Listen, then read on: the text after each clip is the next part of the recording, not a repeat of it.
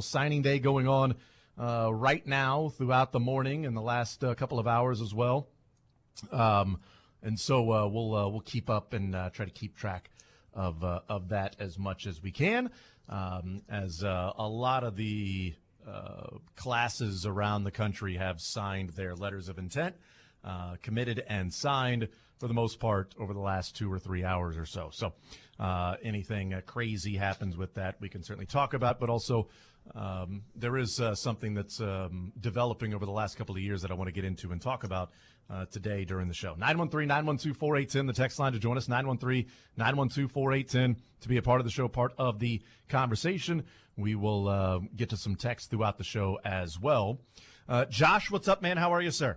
I'm doing good, man. It's a little festive in here. Eventually we'll have, it is. But, the Christmas sweater spirit has begun to trickle in around the office. I'm trying to represent that, and on the video side, I think we'll have a special treat when that's up and running. So we're just trying to bring the Christmas spirit to the zone this week. Yes.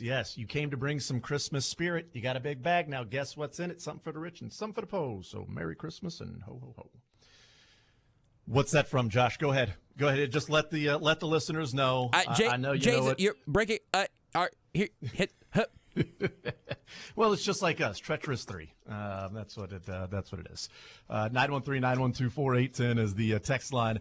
We've got you today till 2:00. The next few days as well. Of course, we will be off on Monday with Christmas Day, as the Chiefs will not be off on Monday. They'll be playing the Raiders. We'll certainly get into, as the week goes on, that matchup, looking around the AFC as well, some of the things we'll do with Cynthia Freeland. What I want to start with, Josh, is what's the next chess move for the Chiefs on offense? Because I'm assuming there was a lot of talk about Sky Moore yesterday and him going on the IR and whether or not his overall season is over. Certainly regular season we know is over, but will he come back from the postseason? What it can mean for this Chiefs team? Do they shorten their rotation for wide receivers? Are they just going to focus on a couple of other guys? Does somebody fill in? Is it Justin Ross filling in for Sky Moore? We wondered if Kadarius Toney, a couple of weeks ago before the offsides and the interception, we wondered if Kadarius Toney would start getting some of those snaps from Sky Moore or even MVS, and he did start to eat into the snap count for Sky Moore. And we know what happened the last couple of weeks, and who knows if his snap count will increase. We know Sky Moore's will completely disappear, but somebody's going to have to play those reps. Is that a Richie James? Again, does it Justin Ross just simply take the spot for Sky Moore? We'll find out over the next few days and certainly over the next couple of weeks how this whole thing will start to materialize. But the question now moving forward, to me, Josh, as we watch this team against the Patriots, and we talked about it on Monday, it was a sloppy victory, and there is that sliding scale of you never apologize for a win, but also, maybe look a little better when you're doing that, because this is a team that continues to be compared to themselves. And I want to get into the turnover margin and everything that's happened with that, and if there's a way to fix that, I'll ask Kendall Gammon about that. Like, how do you just simply stop the turnovers? I don't know that you can, because, they're coming in random ways. You wouldn't expect, now moving forward you may, but you wouldn't expect a wide receiver to twice have the ball thrown right in his hands and have it fall out of his hands and into the waiting arms of a defender.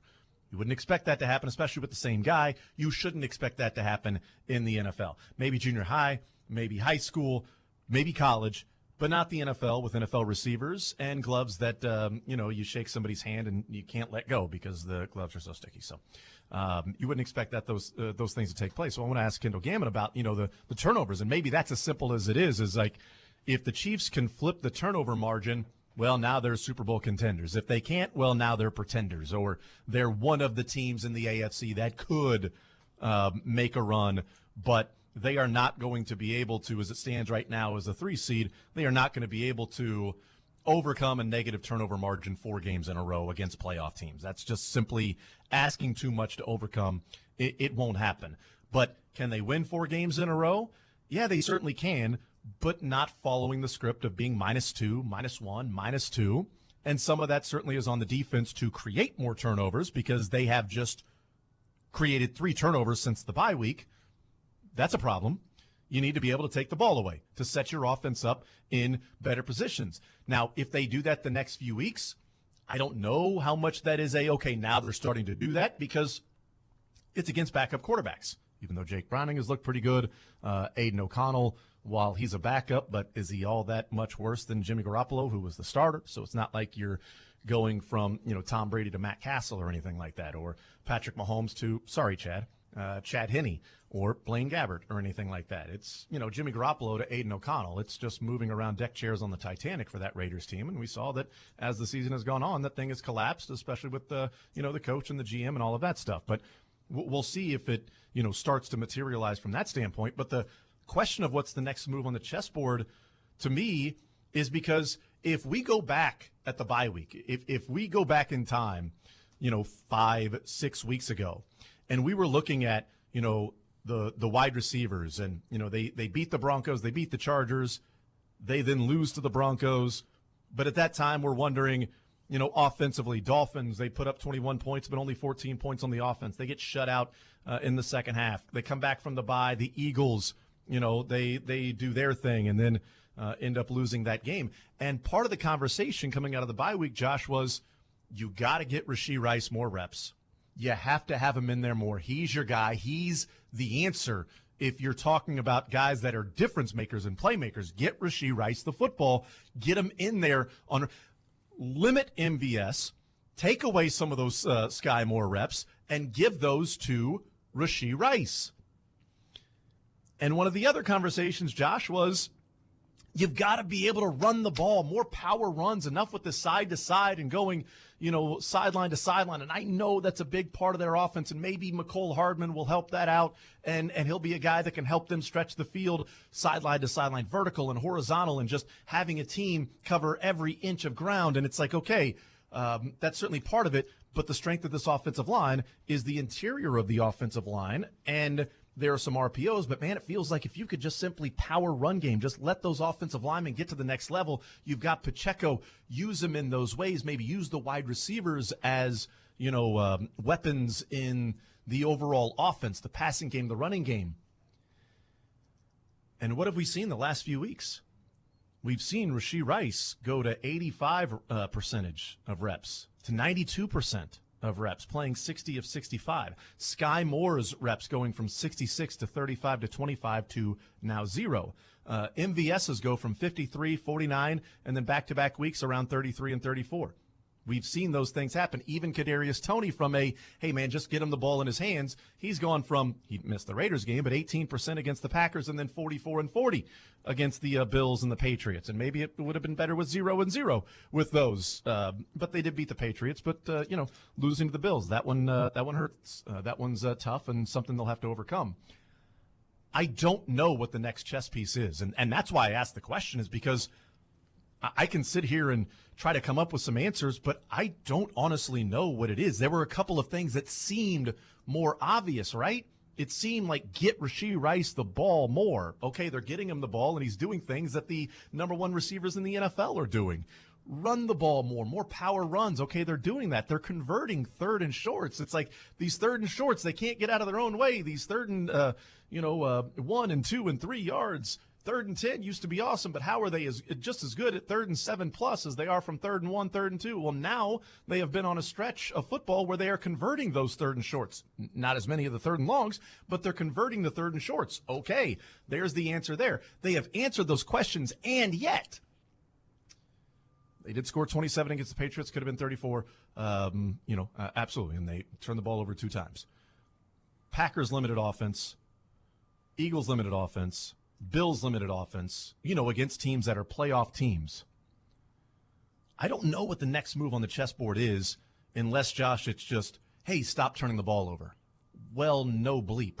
That's like Kadarius Toney coming off the field and going, hey, catch the ball. Oh, I should have thought of that. What do they have? What does Andy Reid have up his sleeve for the next move as to how this offense can take the next step, if there even is one available, since I feel like they've gone to the bullpen and brought out a couple of their bigger arms already? Yeah, I think, unfortunately, I think Andy Reid has told you what the next gear is, what the next lever to pull is, and it's, well, if we didn't turn the ball over and we didn't have those drops, which, again, yeah, as you said, is a no-bleep situation, but there's not another, like, secret horse in the stable. There's not another chess piece to pull out of another set to throw onto the board there.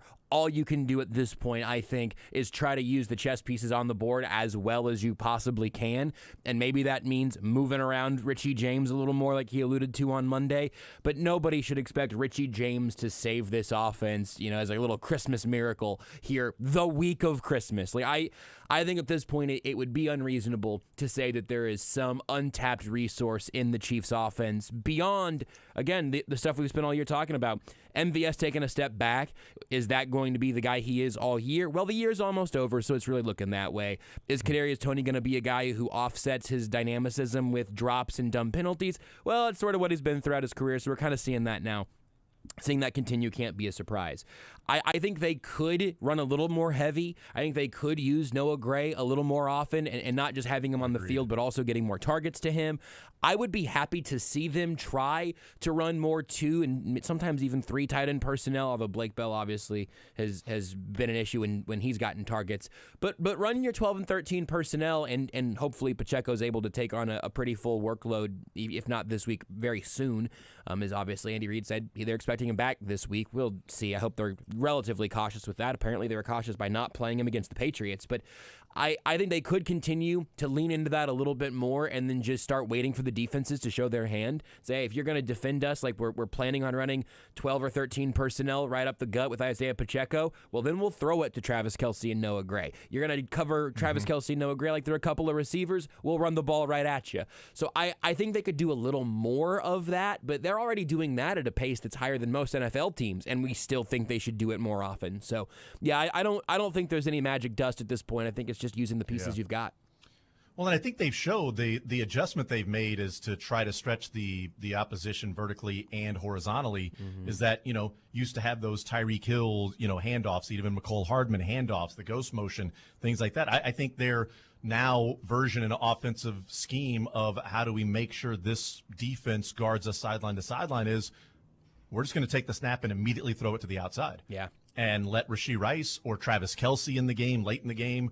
The play that he hurt his elbow was a quick, grab, by Mahomes and throw the ball outside to Travis Kelce. He barely had the ball in his hands because the snap went to his foot and it lobbed over there, which, by the way, credit where credit is due. Kadarius Toney, great block that sprung Travis Kelce free for the 15-yard gain.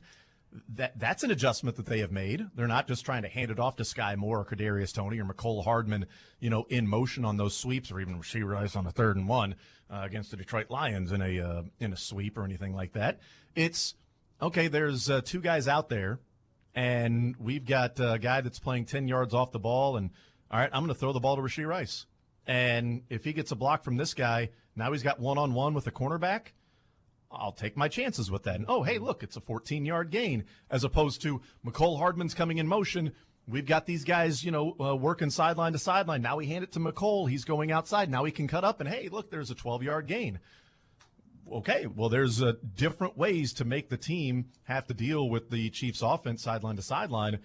It's just they're looking at it and saying, we don't have the speed. And I think that's the big difference with this team this year than even in years past. And I know that, Juju Smith-Schuster for Rashee Rice. Is that the main difference in terms of the, wide receiver group and the skill position players? We know there was speed all over the field with Tyreek Hill and Mecole Hardman and Damian Williams, and it was like at any second they could beat you to the outside. They could pitch to the outside, cut it up, they're gone. Sort of like Miami with Raheem Mostert and Waddle and Tyreek Hill. It's like, one of those guys can turn the corner and then see you later, They don't have that because, well, certainly Sky Moore being gone, but even when Sky Moore ran the motion, that didn't scare anybody. It's almost like, yeah, hand it off to him. Okay, sure. Running an outside zone for, Pacheco or Clyde Edwards-Helaire or even McKinnon at point, like it's not working because they don't have the speed to get out there and turn the corner. They get caught from behind by a linebacker or a safety that's come down and playing in the box. They don't really have that. So throw the ball to the outside. Let Rashee Rice catch it. Go and make a move, Throw the ball to the outside. Let Travis Kelce do that. These short passes. And I don't know if that is an adjustment by Andy Reid, Josh, in that, hey, this is how we, make these teams work sideline to sideline, or if that is, this is the best way I know to put the ball in the receiver's hands that I think they'll catch the ball because it's only 10 yards and it's not, they're not running, 15 miles an hour in their route while the ball is being thrown 35 miles an hour while they have a defender on them. It's they jab step, turn around, catch the ball, now go and run. It seems simplistic, but it might be Andy Reid's adjustment to is Patrick Mahomes trusting the offense? Well, what am I seeing from Patrick Mahomes going through his reads? Well, he's not trusting this guy. He's not trusting that guy. So maybe he's not getting to that read. How are we going to use him? No, let's just get the ball in Rashee Rice's hands any way we can. Throw him the ball to the outside, and look at that, 14 yards after catch because he caught the ball 2 yards behind the line of scrimmage. But you know what? If it's a 12-yard gain, it's a 12-yard gain no matter how you get there. I just wonder if there's another move to be made other than if you don't turn the ball over, hey, you might be better offensively because you get those extra possessions. And if you can get a couple of turnovers defensively, oh, hey, look, it resulted in 7 points for the Chiefs against the Patriots. Chiefs were what, -2 in turnovers or -1 in turnovers, yeah. And they lost the points off turnovers 10-7. So they were -1 and they were -3. -3 points there in that one. Could have been a whole lot worse. You can be -2 and be, -14 points in that category. And that's what we've seen a number of times. I mean, I don't know. It seems pretty bleak if it's hey, look, you're not just going to stop turning the ball over this late in the season, but what's the next move? Let's get Noah Gray and Richie James more involved. Yeah. That seems pretty bleak if that's the answer of how you score more than 20 points against playoff teams. I mean, it's also in part, it's about the expectations of like what you want guys to be or how far away you think the offense actually is. And so if the offense is just like a couple of decent role players away, then it's not as bleak, right? Like if you get to a point where you say, well, if Noah Gray can just be like the fourth pass catching option in a competent offense that doesn't shoot itself in the foot, then, well, actually, it's not that bleak because you still have Patrick Mahomes with a bunch of role players. You have Travis Kelce being the star, accentuating that. Rashee Rice, even if he's a number 2 receiver, number 1 receiver type of usage rate right now, whatever, it's semantic. That can work.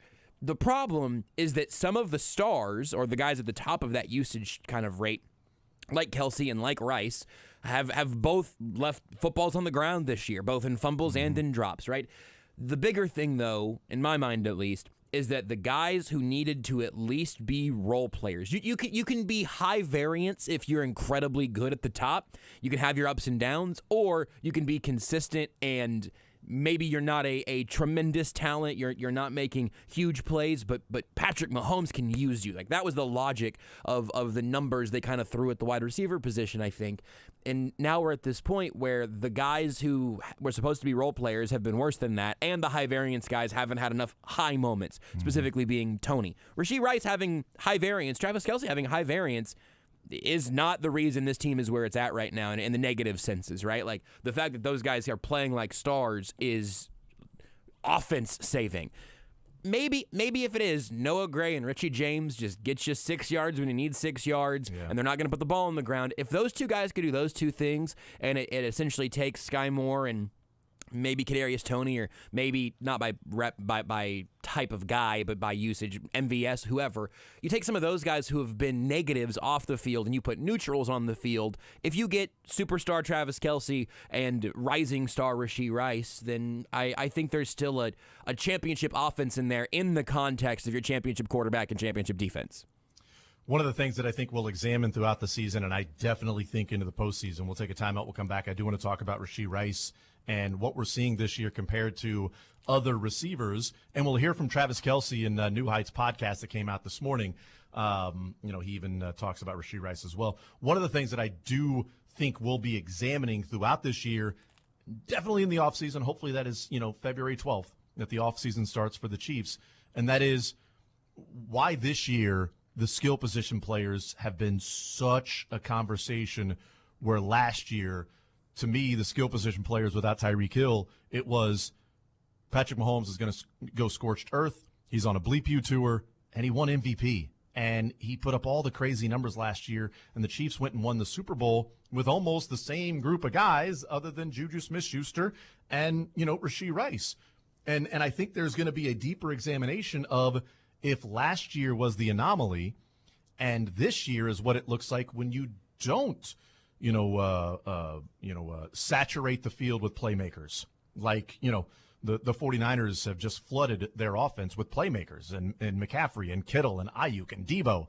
And they've got a guy who's going to be an MVP, Brock Purdy, because he's just simply throwing the ball in good spots, on time, accurately to open receivers, but also not just settling for checkdowns. They did a breakdown of that last week to where there were a number of checkdowns. Instead, Brock Purdy went to the next level and found a guy who was somewhat guarded but made a great throw.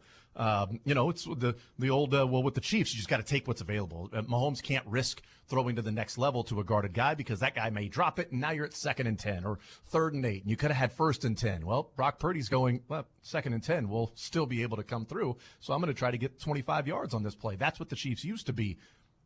I don't know, is this year the anomaly? And the issues that are there, that's one of those random years. That's something that, we'll probably find out 10, 15 years down the road, maybe 5 years down the road. I don't know. If last year was the one where you go, boy, they really stole it with that group of receivers and skill players around Patrick Mahomes, and 2023 is what it sort of looks like more often than not when you don't do that. And Brett Veach better look in the mirror and make sure that this does not happen again and not feel like, did it in 2022. And 2023 was just random and drop passes, and these guys aren't pass droppers and turnovers, and that's just not what we're going to be.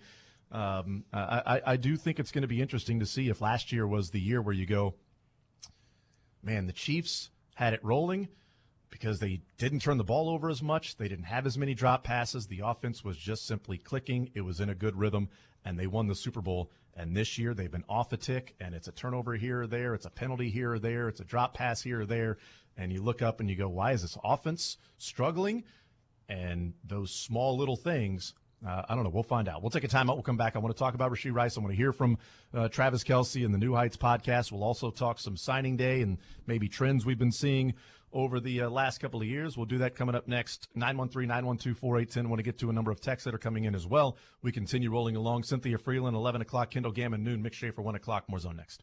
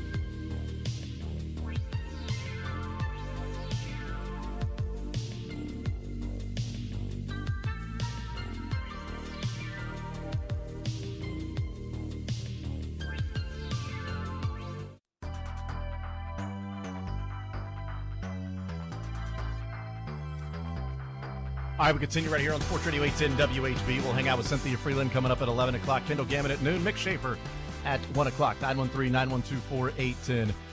Text just pointing out that, about an hour ago, Aaron Wilson tweeted out that the Chiefs are signing wide receiver Anthony Miller and tight end Isaiah Gathings to the, I believe, to the practice squad, both of them to the practice squad. That would make sense. Anthony Miller, who was a second-round pick by the Bears, saw some success a few years ago with Matt Nagy in Chicago, but has bounced around to practice squads since then. And a practice squad receiver, probably depth with Sky Moore going on the IR. You bring in another wide receiver from that standpoint. It's a weird way, Isaiah Gathings, it's a weird way to spell Zach Ertz. It is. He doesn't look like him at all. There's a Z in the first name, so I saw that. I don't know if you saw yesterday, but they worked out Gathings and another tight end, and Garrett Prince, who you would be forgiven for not necessarily knowing, is on the practice squad injured list, also a tight end. So wouldn't necessarily expect that either of these dudes, like you said, Aaron Wilson's original tweet, at least that I saw, did not specify practice squad. Okay. These would seem to be practice squad moves, though. Yes. 913-912-4810. 913-912-4810. I wanted to you know what? Let's hear from Travis Kelce on Rashee Rice. There's a number of clips that we'll play from New Heights, but I want to hear the Travis Kelce talking about Rashee Rice. We'll also hear Kelce talk about the Rashee Rice touchdown reception from Jerick McKinnon and certainly Kadarius Toney and things like that. Here's Travis weighing in from New Heights this morning on the Chiefs wide receiver Rashee Rice. I'm proud as hell for him, of him, man. He's slowly been taking more and more responsibility as this year's gone on, and him and Pat have been able to, up to this point, even create a great relationship and a great, common ground in big key moments too. I'm talking about third downs when we need it most. I think his games are going to keep growing, and I think Coach Reed does a great job with young players. I know because he helped me out a lot as a young player, but he's going to keep putting Rashee in great places and great positions to have success in utilizing his skill sets moving forward, man. And I'm just happy for him that he's finally, I don't know. It just seems like he's taking a lot more ownership, definitely throughout the week and during the games. And man, I'm excited as hell for him. Which is great. And he certainly has been really good. He's sitting at 68 receptions, almost 800 yards and 7 touchdowns on the season. If he averages the next 3 games, essentially what he has been averaging, the last 4, then he would get 1,000 yards this year. He needs to average 82 yards per game over the next 3 weeks to get to 1,000 yards receiving for Rashee Rice's rookie year. He needs 11 receptions to get to 100 catches, 11 receptions per game, I should say, to get to 100. He's 32 away in 3 games. That's probably not going to happen. But here's what I wanted to point out, Josh, and so much of the discussion in the offseason was Andy Reid's offense and rookie receivers. They don't perform that well as, rookie receivers in Andy Reid's offense. We've mentioned Deshaun Jackson and Jeremy Maclin and Tyreek Hill, and McCole had the 6 touchdowns and 500-plus yards his rookie season, and, well, that's probably why Sky Moore struggled and why you should temper your enthusiasm of what Rashee Rice can bring to the table. Well, Rashee Rice already has more receptions than any rookie receiver for Andy Reid ever, with 68, which is 6 more than what the previous record was with Deshaun Jackson. He has the 3rd most receiving yards ever for an Andy Reid rookie receiver with 754. He's 19 behind Jeremy Maclin to be second all-time, behind Deshaun Jackson, who's number 1 at 912. And touchdowns, he's already number 1. So he has the most receptions and most touchdowns receiving for any rookie for Andy Reid, and he's 250 yards away from having the most receiving yards to being 111 receptions, receiving yards, and touchdowns. And so, it's like, okay, so is Rashee Rice, is it because they have to have somebody step up? Is he just smarter than other rookie receivers? I want to go through a number of these rookie receivers, the all-time ranks for Andy Reid. And you tell me, Josh, if you hear something in here that may be a trend or just some sort of like theme. So going through just yards, starting at yards over the Andy Reid's rookie receivers. Deshaun Jackson, Jeremy Maclin, Tyreek Hill, Reggie Brown, McCole Hardman, Freddie Mitchell, Sky Moore, Chris Conley, Na Brown, Todd Pinkston, Riley Cooper, Jason Avant, Billy McMullen, Brandon Gibson, DeMarcus Robinson. Is there a theme there? Because the theme I hear is there's not many good wide receivers there. Yeah. So is it an Andy Reid rookie issue, or is it the guys at the top are the guys at the top? Deshaun Jackson, Jeremy Maclin, Tyreek Hill. Those are the guys who have been really good as a rookie. Well, isn't that incredibly encouraging for Rashee Rice? Because what he's doing is better than what those guys did, except for yards for Deshaun Jackson.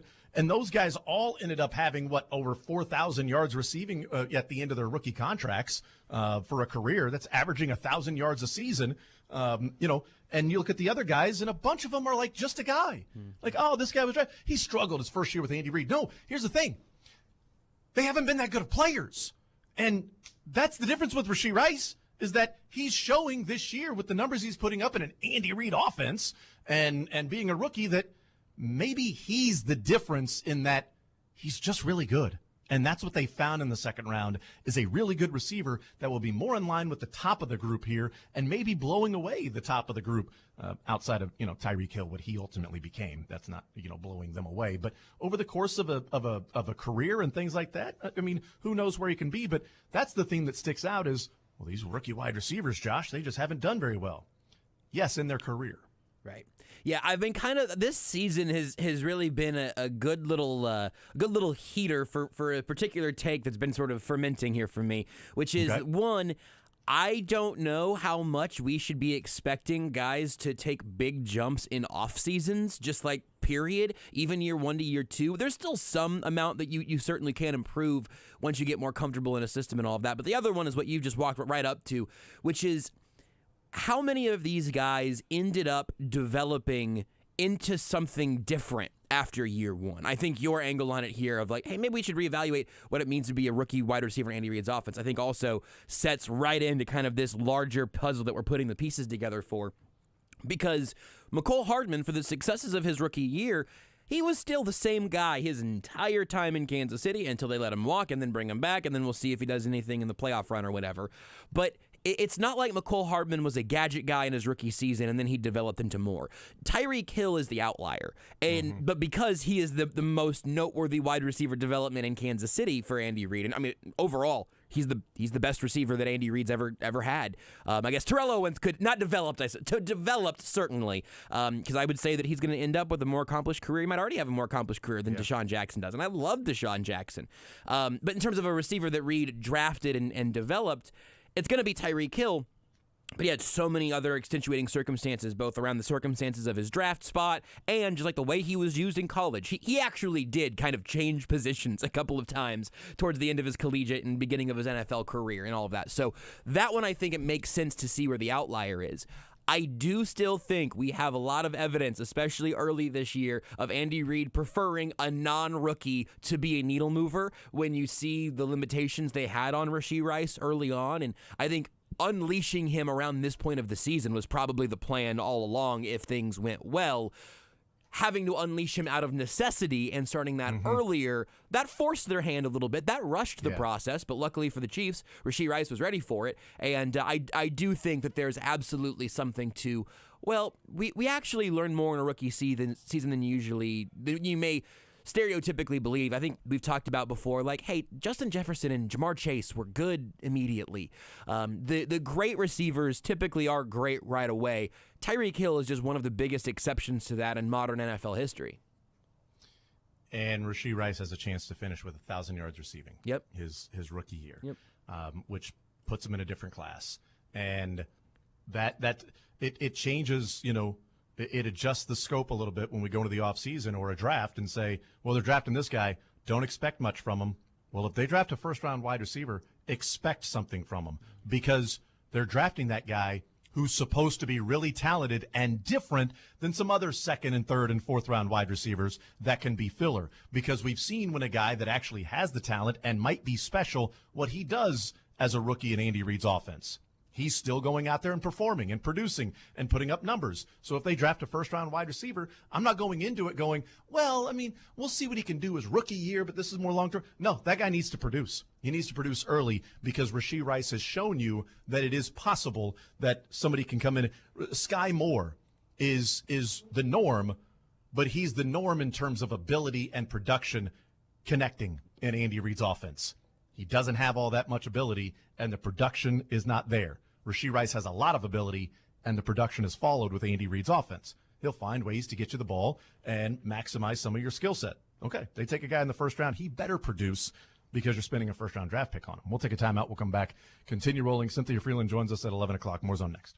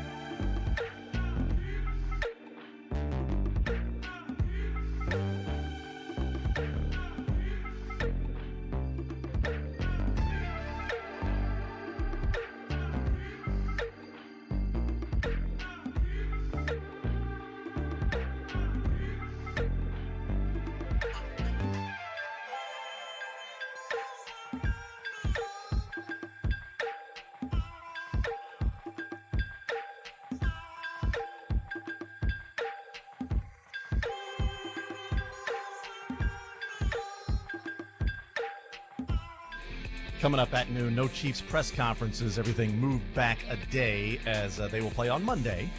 And so we'll hear from Patrick Mahomes and Andy Reid tomorrow, coordinators, etc., coming up on Friday. But we'll hear from Kendall Gammon coming up at noon, Mick Schaefer at 1 o'clock, KSHB 41 sports director. And certainly we'll get into some other things with the Chiefs. Hear from Travis Kelce in New Heights. Also want to weigh in on some signing day stuff that's going on, some college football.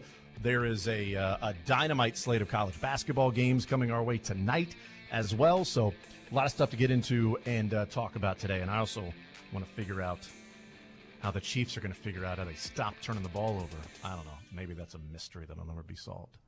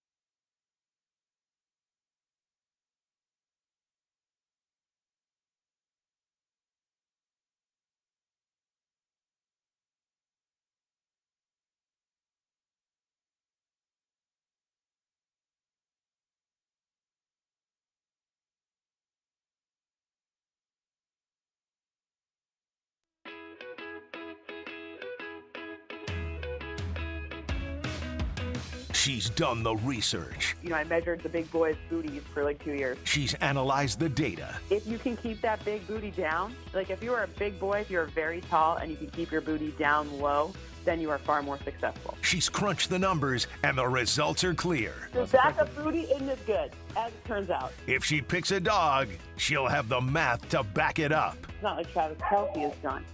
My dog is very excited about this, just so you know. It's Cynthia Freeland of NFL Network. Now in the zone with Jason Anderson on Sports Radio 810 WHB. Yes, that's right. We get a chance to talk with Cynthia Freeland, NFL Network analytics expert, joining us each and every Wednesday here at 11 o'clock. We'll talk with Kendall Gammon coming up at noon, Mick Schaefer 1 o'clock. But right now, let's talk some NFL football, some analytics, some numbers, some opinions, some fun with Cynthia Freeland. Cynthia, how are you today? I'm doing great, thank you. I'm almost done with all of my holiday stuff, so we're good. We're in good shape now. I was really behind, but I caught up. That is awesome. I finished up my holiday shopping last week, which all it is just simply figuring out what I'm going to get for my wife, and then saying, "Oh, I love that," when she would show me what she's buying for quote us for the rest of the family. So my holiday shopping is over when I figure out what my wife gets. So I've got it pretty easy, Cynthia. Everybody, you really she takes care You're of all of very those lucky. things. Yes, You're very lucky, for sure. Yes. Yeah, I told her next. You know what your gift this year is? That next year I'll help you out pick out presents for everybody else. There you go. It's a gift that keeps on happy giving. wife, happy life. So if that's how she likes it, then you're smart doing it that way. That's right. It's and you know what? It's great for me too because when it's time to open up presents, I'm just as curious as the kids are. It's like, what did we get you? Nieces and nephews. Like I know what we got the kids, but like nieces and nephews, I'm so excited. I don't know what we got you either. Hey, that looks really cool. What a great gift, Aunt Kaylin. Wow. Nice job. We did great. We really found a good one this year. Thanks, Aunt Kay and Uncle Jason. You're welcome. Just for you. I hope you enjoy it. And when you do, think of us. I am all done with that. So that's great. Chief's still looking for some holiday shopping, some nice gifts, and not coal in their stocking. So the sliding scale, they win the game against the Patriots, and the old adage, you never apologize for a win in the NFL, but as we've looked at this Chiefs team the last 4 weeks, it's sort of about the Chiefs playing the Chiefs. How do they look? Bengals might be a little different in a couple weeks with the way that Jake Browning is playing, but it's sort of the Chiefs versus the Chiefs. How do they look, comparatively speaking, to what we think a Super Bowl contending team looks like? The sliding scale that we look at of you accept the win and you move on and you appreciate that versus analyzing sort of the sloppy play.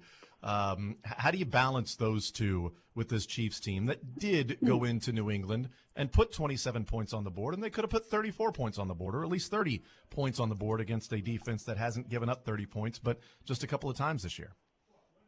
Yeah, look, it's always different with the Patriots because there's something about Bill Belichick versus Andy Reid that has been this time-honored, like, I know your game, you know mine. Like, there's just always something there that means a little more, right? Like now we've kind of moved forward in terms of like, there's everyone's like a Shanahan disciple, right?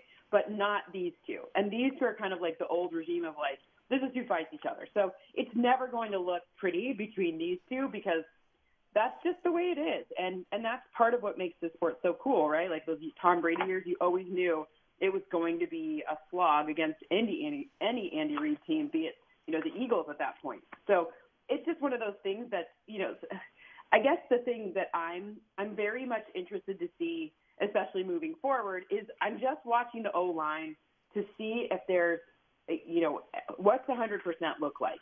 Because I don't exactly, know after these past few weeks. And what's going on with the run game in general. Like we know, obviously, Isaiah Pacheco, but like how does that stay? Because you saw what happens once the Bills were able to really get their run game going. That was a difference maker for them. So I'm just curious what happens with this Chiefs run game. And I'm not really questioning too much else. Mm-hmm. Yeah, one of the things that I brought up in the first part of the show, just sort of a general topic to start the show is, what's the next move on the chessboard for the Chiefs? Because, going back a few weeks ago at the bye week, the discussion was they got to get Rashee Rice more involved, get him more reps, get him the ball more, just put the ball in his hands, see what he can do. And they need to run some more power runs with Pacheco and just use the interior of that offensive line and run downhill. So many RPOs or different ways that they're running the football, these third and short trick plays, just simply hand it off and go right at somebody. And they've been doing that as well. So it's like, you've added in here's something that can help you be more consistent offensively in Rashee Rice. And, here's something that can help you be more consistent offensively and extend drives because third and shorts are now being converted at a higher rate than they have the last few years. And it's resulting in, here's 17 points against the Bills. and again, against the Patriots could have been more. But, there is sort of that still leaving a lot to be desired, even by adding in those two pieces that felt like they would be bigger difference makers than what we've seen recently. Yeah, I guess. But on some level, I think, we just have to be careful. This is the part of the year where, teams can peak a little too early. You watch these teams who have, I'll actually use the Lions as an example, right? They had a really strong start to the season, and then their defense got banged up, and then their offense, 2 games ago against the Bears, Frank Ragnow wasn't there. And you saw the difference between the O-line, the communication, the ability for the offense to really get going. And then you saw what happened when Frank Ragnow got back, right? And the Broncos defense is a good defense. So, I guess my this is the time of year when you have to find ways to win, meaning you have to start to adjust these things and figure out what is it going to look like when Max Crosby's coming for you. This is a totally different offense for the Raiders in terms of even week to week, if I'm honest. So you have to see okay, what is the adaptability, the in-game game plan that's able to switch around? Don't get complacent or take for granted the fact that Aiden O'Connell they're doing some stuff with him. I mean, they put up 63 foot now. Okay, I get it. That's the Chargers defense, and then the thing just snowballed. But the reality is they've got some different pieces there. They're playing differently. Can this team adjust on the fly and keep it moving, even with someone who they're very familiar with, but just now has a totally different sort of vibe to end the season?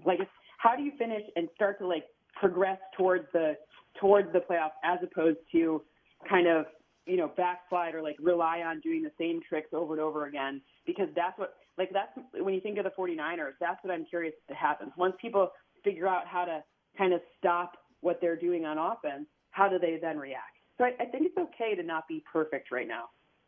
What are the 49ers doing on offense that they've been? So, I mean, this 6-game winning streak, they're winning by an average score of 35-16 with, games against Jacksonville and the Bucs and Seattle a couple of times and Philadelphia, Arizona this past weekend. But they've been beating some teams that are either in or right there on the cusp of the playoffs. What are they doing that you're seeing? And is there an adjustment to slowing that down because they have just been dominant so far? A lot of what they're doing is the motion, the pre-snap stuff is really working. They're disguising the same play but running it with perhaps a different person, meaning they can sometimes interchange some of what Christian McCaffrey and Deebo Samuel do. And then ultimately they're just trying to get some space for run after the catch. They're really focused on run after catch and really focused on, it's not like they're asking, look, Brock Purdy has done a really nice job of 10-plus air yard touchdowns. He's got a really nice completion percentage. He's got a really nice touchdown number on those deeper. Those are downfield passes. They're not deep passes, but downfield passes. But part of that is because the intermediate level, that's where they have the same player over and over again. In fact, sometimes you could argue George Kittle or Deebo Samuel is interchangeable, or George Kittle, Christian McCaffrey, and Deebo Samuel, all interchangeable. But they all have this really strong O-line that's backing it all up, perhaps stronger than we thought given that they have some new pieces. But they're getting just enough protection, just enough hold to get those tricks pre-snap to give Brock Purdy just enough of a tip-off as to what the defense is doing. Is it an example of, juxtaposed to what we see from the Chiefs of flooding the field with playmakers instead of relying on your quarterback to create playmakers? The playmakers can help create a little bit more of the quarterback. Is that an example of what San Francisco's doing of just, wow, they just have guys all over the field at the skill position players that are so dynamic, and that's what it can look like when you do that. as opposed to, MVS and Justin Watson and Sky Moore and even Rashee Rice. I mean, it really helps when you have multiple playmakers, but that would help any quarterback. It's not to take anything away from Brock Purdy. It's almost as if, Brock Purdy doesn't work on every team. He's not an MVP frontrunner on every team. However, on this team and in this system and with these people, he very much works. People talk about, system quarterback. Well, I don't even know what that means anymore. Cam Newton said some stuff about that, and it just seemed like he wanted a little bit of attention maybe. But no one's sitting here being like, hey, Brock Purdy's a better quarterback in a vacuum than Patrick Mahomes. But this offense is really humming and clicking because they've got the right sets of people doing the right sets of things to match the skill sets that the players have, right? They don't have many mismatches. They don't have many guys dropping balls. They understand the assignment, and they don't get really mixed up, even if they're in tighter coverage. And by the way, they're almost never in tight coverage because they all have they're running a lot of times literally the same play, just dressed up a little bit differently. Yeah, it makes it a little bit easier then, I guess, for the team to execute those plays when you are running sort of those same concepts over and over again. They are also +9 in turnover margin in this winning streak, which certainly helps. And I wanted to ask you, and over the years, I don't even know if we've talked about this or not, but it might have come up at some point. But the Chiefs haven't been this late in the season this bad in turnover margin. They are -8. Only the Commanders and the Jets have a worse turnover margin, and they are -9. So the Chiefs being -8 is at the bottom of the league with a bunch of teams that are not in the playoffs. Is there a connection with turnovers? Is it more noise than anything? Can you simply stop turning the football over? Is it, teams that turn the football over have worse players and therefore you turn the ball over and maybe it's worse quarterbacks along the way? But is there a connection from, those turnovers that are happening for an offense as opposed to being able to just go, all right, well, somehow after week 12, this team just stopped turning the ball over and look what their offense did? I mean, the answer is all of the above. The truth is there's no, turnovers can be noise because look at some interceptions. Remember the beginning of last season, we saw all those, really, bounced off the hand. It felt like Happy Gilmore, if people remember that movie, right? This crazy, series of events with Patrick Mahomes in the red area. You're like, you couldn't replicate that if you tried a million times, right? So sometimes it's noise. Other times it's play, not as great of play in terms of, not as experienced receivers or people running wrong routes or people, fumbles are interesting, right? There can be a lot of different reasons. Some are total noise, some are noisy. And then at the end of the day, the truth is when you have to have your quarterback, both quarterbacks now who've been asked to do a lot this season, meaning Patrick and Josh Allen, you saw some things happen when it came to, this is the last.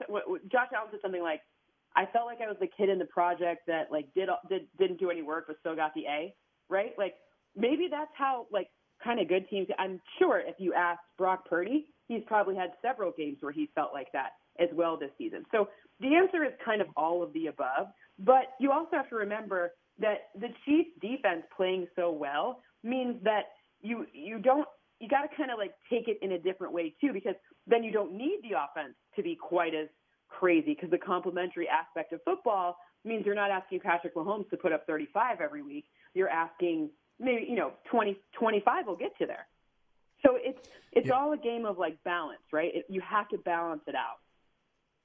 Yeah, I feel targeted by Josh Allen. Hey, what's wrong with the guy in the group project that didn't do much work but still got the A, huh? Everybody has a role to play, Josh, okay? I know my role. I did my job, okay?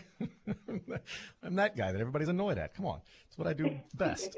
Cynthia Freeland, NFL Network analytics expert who clearly held the water for everybody else in the group projects going through school. The turnovers, maybe some of it is noise. Rashee Rice, though, he's been pretty good for the Chiefs this year, but it's 4 times in the last 3 games the ball has hit the ground after he caught it. 2 of them have been actual fumbles. The other 2, he was down by contact, but it was close to a butt cheek being down and the ball popping out. Not the ground quite literally causing the fumble. It was as he's going down. Thankfully, he had part of his body that was down, so it wasn't a fumble. But it's 4 times in the last 3 games. Is that something to keep an eye on? That could be an issue of a reputational type thing where you're going to have even more guys punching at the football or something like that. Or is it, hey, just tuck it away, high and tight, do what you're supposed to do. You're aware of it. You're getting ready to get hit. You're going to the ground. Don't, reach your arm out to brace yourself at the ground. Keep that ball high and tight, tucked away, and continue moving. I think that there's as we all progress in our own careers, there's tricks and tips and also reps that make things a lot easier. Every single person can relate to that in their career as well. So the truth is there's some stuff there that he can work on in terms of technique. There are some ways to. I'm not a coach, so I don't exactly know them, but it's what they teach, how they teach it. I remember talking a lot to Reggie Wayne about adjusting to catching passes from Peyton Manning and how sometimes it just takes a little bit of time, and then on different routes it feels a little bit different. So the truth is there's no smoking gun answer. It's not like he's flawed and we have we've got a big problem here. But at the same time, it's a little bit too noisy to be just noise. It's a little bit too loud to be just noise. So, there's got to be I'm sure there's people on that staff that are like, this is how you do it. But sometimes, you and me and everyone, it takes us a hot second to adjust, going from job 1 to job 2, right? It's not college anymore. Just remember they're all done playing college ball now. So it's not like you're used to getting, these balls are coming from Patrick Mahomes. The ball comes at up to 61 miles per hour. So there's a difference between a 50-mile-an-hour ball and a 61-mile-an-hour ball. And Patrick can throw at every speed. So there's an adjustment period, but also, that's what makes him so great. So you got to remember, there's technique things we can all get better with. Cynthia Freeland is our guest, NFL Network analytics expert. Buffalo looks pretty darn good with what they did to the Cowboys over the weekend, winning in Kansas City, having a 10-point lead over Philadelphia. Are they doing anything different since Ken Dorsey was let go? Is there some major change that we're seeing from Joe Brady? What are you seeing from this Buffalo team as to why they've sort of turned it on a little bit more here late? 2 main things. The first thing is they're leveraging their running back in pass-catching situations far more often. James Cook, obviously last game you saw it, 2 trips to the end zone, but they're relying on their O-line. They have a very good O-line, and they're relying on that O-line to give them situations where they're running duo, which that's when you play high school football, duo is the first thing you're there's a tailback, let's follow him. It's crazy. So, halfback, tailback, fullback, all that stuff. They're doing some cool things with extra blockers. And whenever Reggie Gilliam is in, it's really interesting. He's a tight endish, fullbackish, I don't know, extra lineman. But he's kind of spying on defenses and giving the run game just an extra push so that James Cook gets an extra yard or 2 per carry, and it's working. And then the other thing they're doing is they're not getting bored running the ball. They ran literally the same play, 21 pony, last game I think Josh Allen took, I want to say 15 pass attempts. I remember thinking 15 pass attempts in week 15. So I think that's correct. And, the rest of it was a third of the run plays were literally 21 pony. And they didn't get bored with it. They didn't they're okay, let's do it. And oftentimes teams, they don't like doing that. They want to throw to Stephon Diggs. They want the acrobatic Patrick Mahomes sidearm type of thing, right? But they're not. They're okay, let's take this. Dalton Kincaid didn't even get 1 catch. Let's just move onward and upward. Next game, please. Visiting with Cynthia Freeland, NFL Network analytics expert. Okay, so I think the most likely scenario is that Miami drops one of the next 2 games, either home to Dallas or in Baltimore, and Buffalo wins the next 2 weeks, which sets up for a winner-take-all AFC East in Week 18. Who wins the East, do you think, if you're projecting right now between Miami and Buffalo? Because Buffalo's got a real chance where a couple of weeks ago they were fighting for their playoff lives. Now they can actually host a playoff game in the wild card round. I mean, how wild is that? Look, the reality is, number one, who's healthy? Is Tyreek Hill healthy? Because the Bills have a real problem stopping deep passes. They really do. And I don't see anyone coming back to save them from that. Number one. Number two, maybe Daquan Jones is back. That's their big defensive tackle that helps stop the run. If you've got Raheem Mostert, who has more touchdowns individually than like half or 2/3 of the league, then in terms of rushing touchdowns, like you're going to have a really big problem with that multiplicity of problems, right? However, if they're missing pieces, it's not like the Bills are so far off the Dolphins that even if they're without Tyreek Hill or something crazy, like no, it's pretty close. It's closer than it may have felt, 3 weeks ago. The Bills have adjusted on defense. They're playing a lot of like the zone that they're playing. They're not relying on man, but the zone that they're playing is one that's really hard for Tua, especially if Tua's O-line.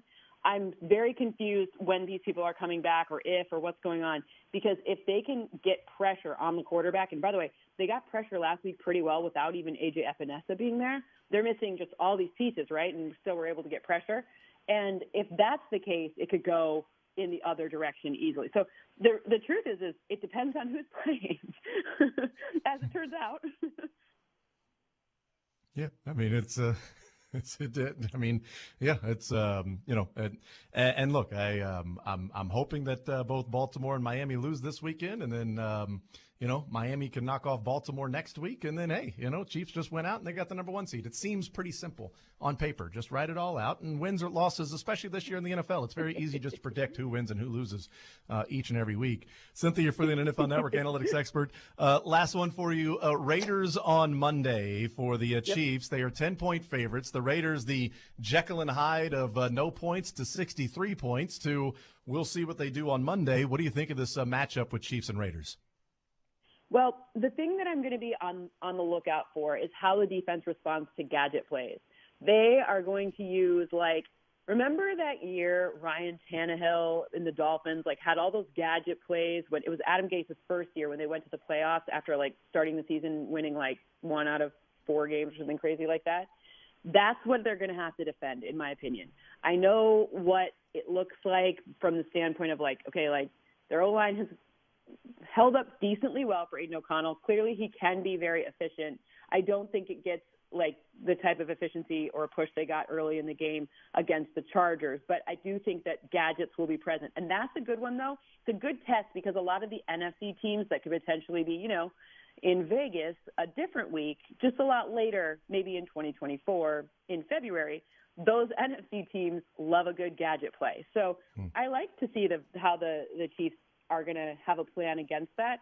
I'm not worried about this game from the standpoint of 10 points. Sure, I think I'd probably give them 2 touchdowns, but I'm not. I feel mean saying that because I feel like the Raiders are kind of the weird enigma. First, their coach gets fired, then they get another coach fired.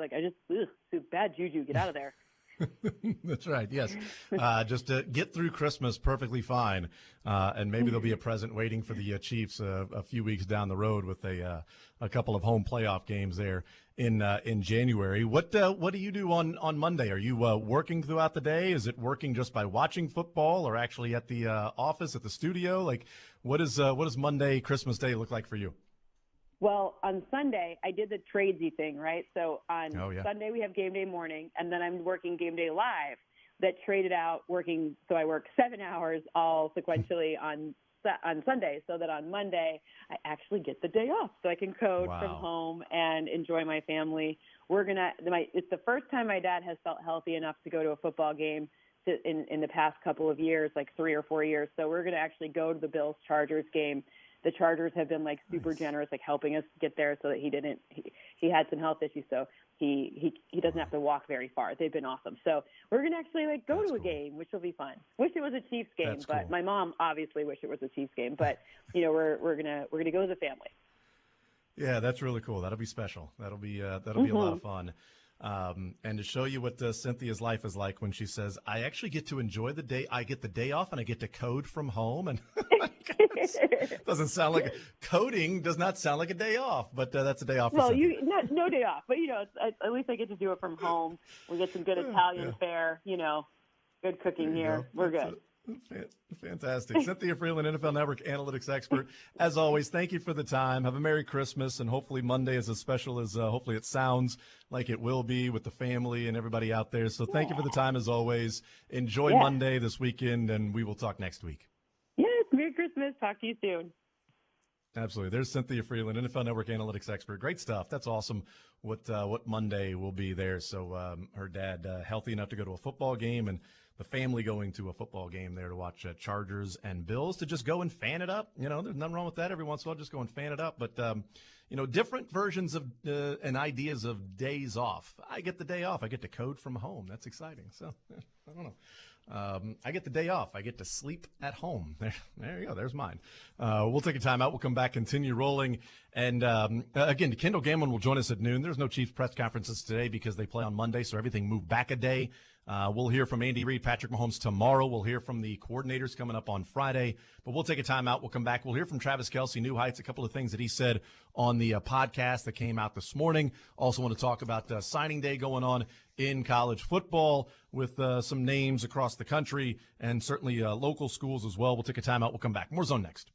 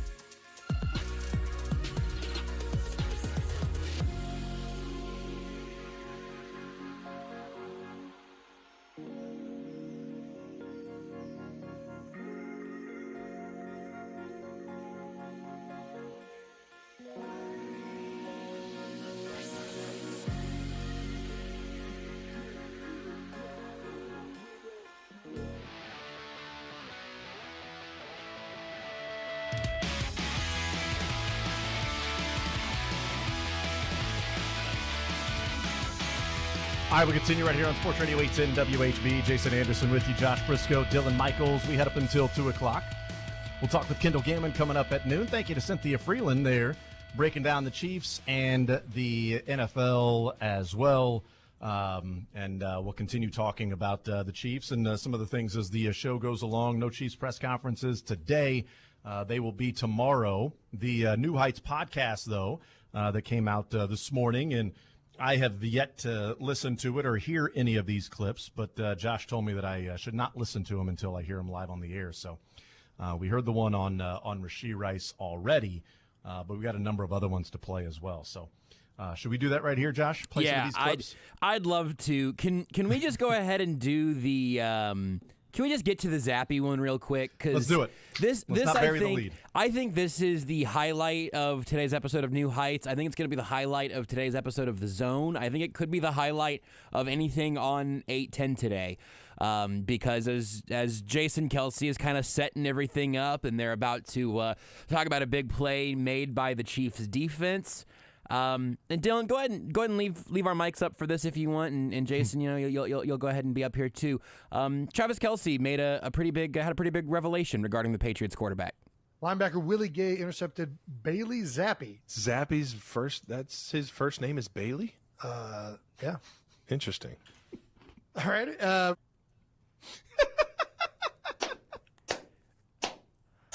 I almost drove into traffic, dude. His first name is Bailey? Huh. Man, it is so surprising the things that NFL players don't know about other NFL players. Did he just call him Zappy the whole time? I guess. Hey, Zappy. Because he knew his name. Yes. You know what? Zappy's first name. He knew who Zappy was. I don't know. Maybe he didn't know who Zappy was before the game on Sunday at noon that he found out, oh, there's a guy named Zappy over there. Is it Zap? Zappe? Is it French? How do you pronounce that thing over there? Fragile. It's Zappy is the name. Oh, that's cool, man. But never asked his first name. Like Zappy's his first name is Bailey? He's so surprised. It's so genuine. So is he surprised that, like, okay, I didn't know it. Or is he surprised that, like, Bailey, as if he's laughing, like, Bailey, the new cool names for all the kids, and now these quarterbacks, the younger ones are coming into the NFL that were named in the, time when baby names were Bailey and Aiden and Easton Stick for the Chargers. Is it part of that where Travis, his name is Bailey? I think it's that, which does beg the question, though. Like, what would he have said anything if he would have been like, yeah, and, Tom Zappy threw it right to Willie Gay? Like, would he have gone like, Roger bleep. Zappy. Yeah, his name is Tom or Roger or Jimmy or like, I don't know what he expected. Again, I don't think that he learned in that moment that it was actually not Mac Jones. I mean, he's not on defense. So one more time, John. Let's see if there's a chance that he just found out that it wasn't Mac Jones. Zappy's his first name is Bailey? No, so he knew Zappy, I think. I think he knew Zappy. Yeah. Last name basis. Wow. Bailey. I think he's surprised by the name Bailey. I do too. Wait till he finds out what the Chargers' first name is. I know, that's their what quarterback. Man, it's gonna be so. We cannot accidentally let Travis Kelce learn the first name of any quarterback he does not already know from this point on. Does he know that O'Connell's first name is Aiden that they're playing on Monday? I honestly have no idea. I mean, one of the early viral New Heights bits when the show started was that they went through the that picture of all 32 NFL head coaches at the owners meetings, and I think Josh McDaniels was the who the F is that guy? I believe, or maybe it was.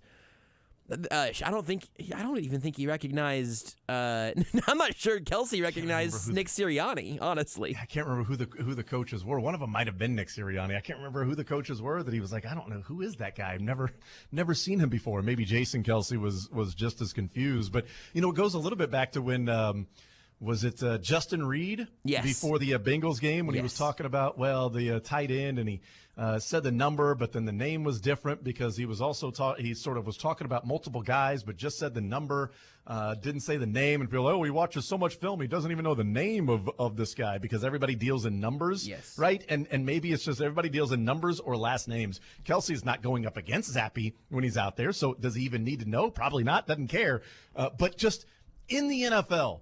That's a name that we've heard and talked about thousands of times. That last year he played for the Patriots, not against the Chiefs, but he played for the Patriots last year. Bailey Zappi, he was one of the bigger stories because he burst onto the scene and he was throwing all these touchdowns. And it was like, wow, Bailey Zappi, is he Tom Brady? Is he the guy that now the Patriots are going to move forward with and not Mac Jones? I have the clip of them trying to do the head coach thing where Travis does acknowledge at the top that he's bad with names. So he actually starts by naming the coaches by team. Because it looks like over Brandon Staley, it looks like he just says Chargers. And then over Brian Daboll, just Giants. And then over Josh McDaniels, it's who the F is that guy? He had been a head coach in a division Travis Kelce played in. It's just, man, it is so microscopic in the depth of the NFL overall and how wide the view is of the NFL when these players are I mean, how much football does he watch when he's not at the facility or playing in the game? He probably watches some and maybe some national TV games, but Patriots ain't on national TV. But honestly, how much football does Kelce sit around and watch, especially now that he's in a relationship? And we all know once you get in a relationship, your friends are like, oh, Travis isn't coming out anymore. Oh, let's stop. No need to text Travis since he's at home. He's cuffed up this weekend. So no reason to be, not even watching football anymore. He's changed, man. He's really changed since Tay-Tay came into his life. Travis in this video says, who's next to Dougie P? And then Jason says, you should know him. He's arguably your biggest rival. And then he goes, oh, yeah, that's Cincy. He's a dog. I mean, his name is Zach Taylor. Zach Taylor. His name isn't Cincy. Although Zach Taylor's sort of just a kind of a generic name. It's like, if the guy's name was Jason Anderson, just sort of generic. Bailey Zappi sticks with you. To get to Mike McCarthy, they say, oh, yeah, that's Matt Foley. I mean, this is a long-running bit here. Oh, that's fantastic. They did weigh in and talk about the loss.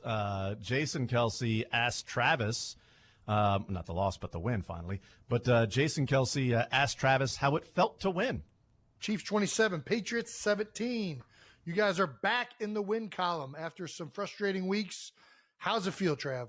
Fucking exhilarating. Gosh, it must. I'm sure. I'm I so don't happy need to rub for it you. in. I love you. I love you. I don't think it really. I mean, maybe it was, but that's sort of sound. I don't know. Was that sarcastic? No, I think I heard that now as like, oh yeah, Okay. it was just the Patriots, but I bet it was effing exhilarating to get a win. I really don't think he meant to rub it in, noting that his brother has not won a game in 3 tries. Yeah. So I think it was just effing exhilarating, and I just it's good to hear. Good to hear the perspective. Remember that winning in football is hard, and wins feel better than losses when you're on the team. Or losses feel worse than even wins feel good. Yeah, probably is so. what. At least with this team, I would guess that losses feel worse than wins feel good because they're expected to go out and win every single game. But yeah, the Eagles get through the Chiefs and the Bills, and then have not won a game since. Crazy. 49ers, Cowboys, and then the Seahawks and the Fighting Drew Locks and Lee Summit in the house. We gave Drew Lock his flowers yesterday, by the way. If you want to give him more, that's cool. But if Sky Moore wasn't on IR, we would have spent the first 45 minutes talking about Drew Lock yesterday. I think everybody gave out their flowers to Drew Lock. I think I would probably just be repeating what everybody else has said about that performance. So, yeah, it was awesome to see. The one response I would have is, like, I don't know why people choose to go through life a certain way. Everybody's entitled to their own view on life, right? You want to try to surround yourself with positive people as much as possible, especially if you're somebody that somebody else's mood can impact yours. But, it was a simple tweet of I just said, Lee Summit in the house, with Drew Lock's performance, and everybody talking about what Drew Lock did, and of course the post game and how humanizing it was and real of. How you get the opportunity or not get opportunity, putting on the backpack and Geno Smith doing the same thing on the sideline to him. And it was awesome just to see the whole thing, unless you were an Eagles fan. It was cool. And so it was a simple tweet. And everybody was like, whether it's liking or retweeting or whatever. And then there's one person was like, he sucked for 5 years. He had one drive. Give it a rest. Like, why go? What's the point? What's the point? Like, you can't just enjoy something that. Plus, he's a local guy. I mean, even if you're not a Mizzou fan, whatever. But he's a Kansas City guy, which I will root for. Like, I'm a Mizzou fan, but I'm going to root for Ochai. I'm rooting for Christian Brown. They're local guys. I'm going to root for those Kansas Cityans. And certainly, yes, Lee Summit guy and Drew Lock a little more special, and Williams one a little more special, especially being Lee Summit North. I mean, it's not Drew Lock's fault. He went to the wrong school, high school that is. And Caden Green, committing to Mizzou. Again, Lee Summit North in the house. Like, that's awesome, but he's a local guy. But just why? Like, what's the point? Just you don't have to you don't have to reply to a tweet. I didn't tweet that person, and then I went through his timeline, and that's all he was doing. Was just clowning Drew Lock at every single person nationally or locally or whatever that was like, wow, what a cool story. Who cares? He sucks. He makes one throw and you guys are all going crazy for him. Like, I had dude, to go. You spent your night doing that? Just go to sleep. I had to go see what was going on there, so I just pulled up your tweet to check out the replies and see what else was there, and I just saw one reply that said MIZ, which is fitting, and then another response that says this post is from an account you muted.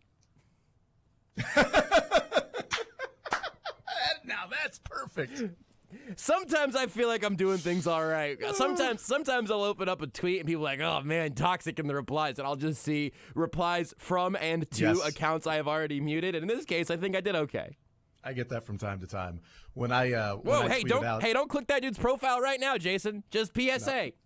No. I clicked it and I know there were some other issues on that. There are some other issues.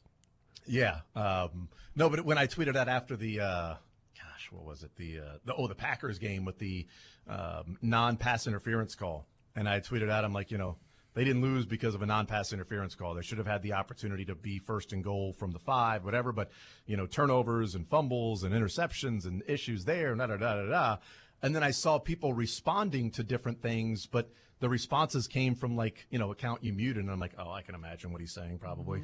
I don't, because the other ones were like, just the responses were just like, really, that's the whole game came down to that one call. Like, no, it wasn't just that one call. I'm like, oh, well, this guy's probably, no wonder I probably muted him if he's one of those guys. But yeah, so I'm looking at this guy's name. Bailey Zappi is the guy who replied to me. It's Bailey Jeffries. Dude, I mean, I can't believe you would dare to celebrate a guy that you watched week in and week out and really enjoyed and appreciated in college as a local kid from here. I can't believe you would celebrate something as easy as running a game-winning drive on Monday Night Football against the reigning NFC champions as a backup who may or may not have known he was playing in that game until basically the moment the kickoff occurred. Why on earth? Why would you think there's any reason to celebrate that?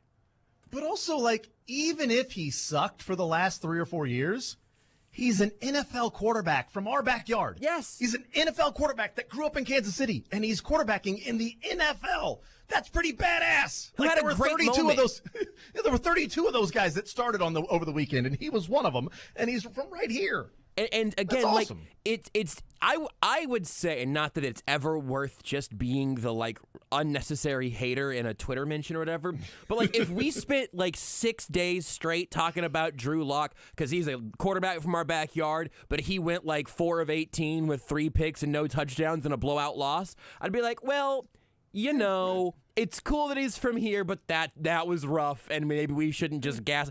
He had the moment that guy, no question, that guy dreamed about, narrated himself in his backyard playing football as a kid. You think, and there's 14 seconds left, 40 yards downfield, touchdown, and the Chiefs win. Like, every kid who loved sports did that, and Drew Lock did it on Monday Night Football, and this dude went, bah! He sucked for 5 years. Who cares that he had an awesome drive? He wasn't any good. Chad Henne's 99-yard drive against the Jags sucked too. Who cares? Why are you celebrating him? The guy hasn't done anything in the NFL. He was terrible as a Jag and a Dolphin and blah, blah, blah. Who cares? It was that 99-yard drive by Chad Henne was all Pacheco anyway. I mean, come on. It was just Pacheco's big run who broke some tackles. Why are we talking about Chad Henne here? Like, just enjoy life, man. Why praise people for good things they do when they've also done bad things? That's right. Be perfect or F off. This guy is playing one of the maybe the most difficult position in all of professional sports, and he hasn't been very good. Do it in the playoffs. He was amazing. I know what it's like to be a football player, and you're praising him. No real football players would praise that guy who had one drive in his career. That's what he has to go off of. And, lip singing a rap on the sideline. And those are the two things that people know about Drew Lock. Like, really, what a cool career. Actually, yeah, pretty badass career, if you ask me. I would take that career. Clearly, you haven't coached or played high school football. That's right. That's right.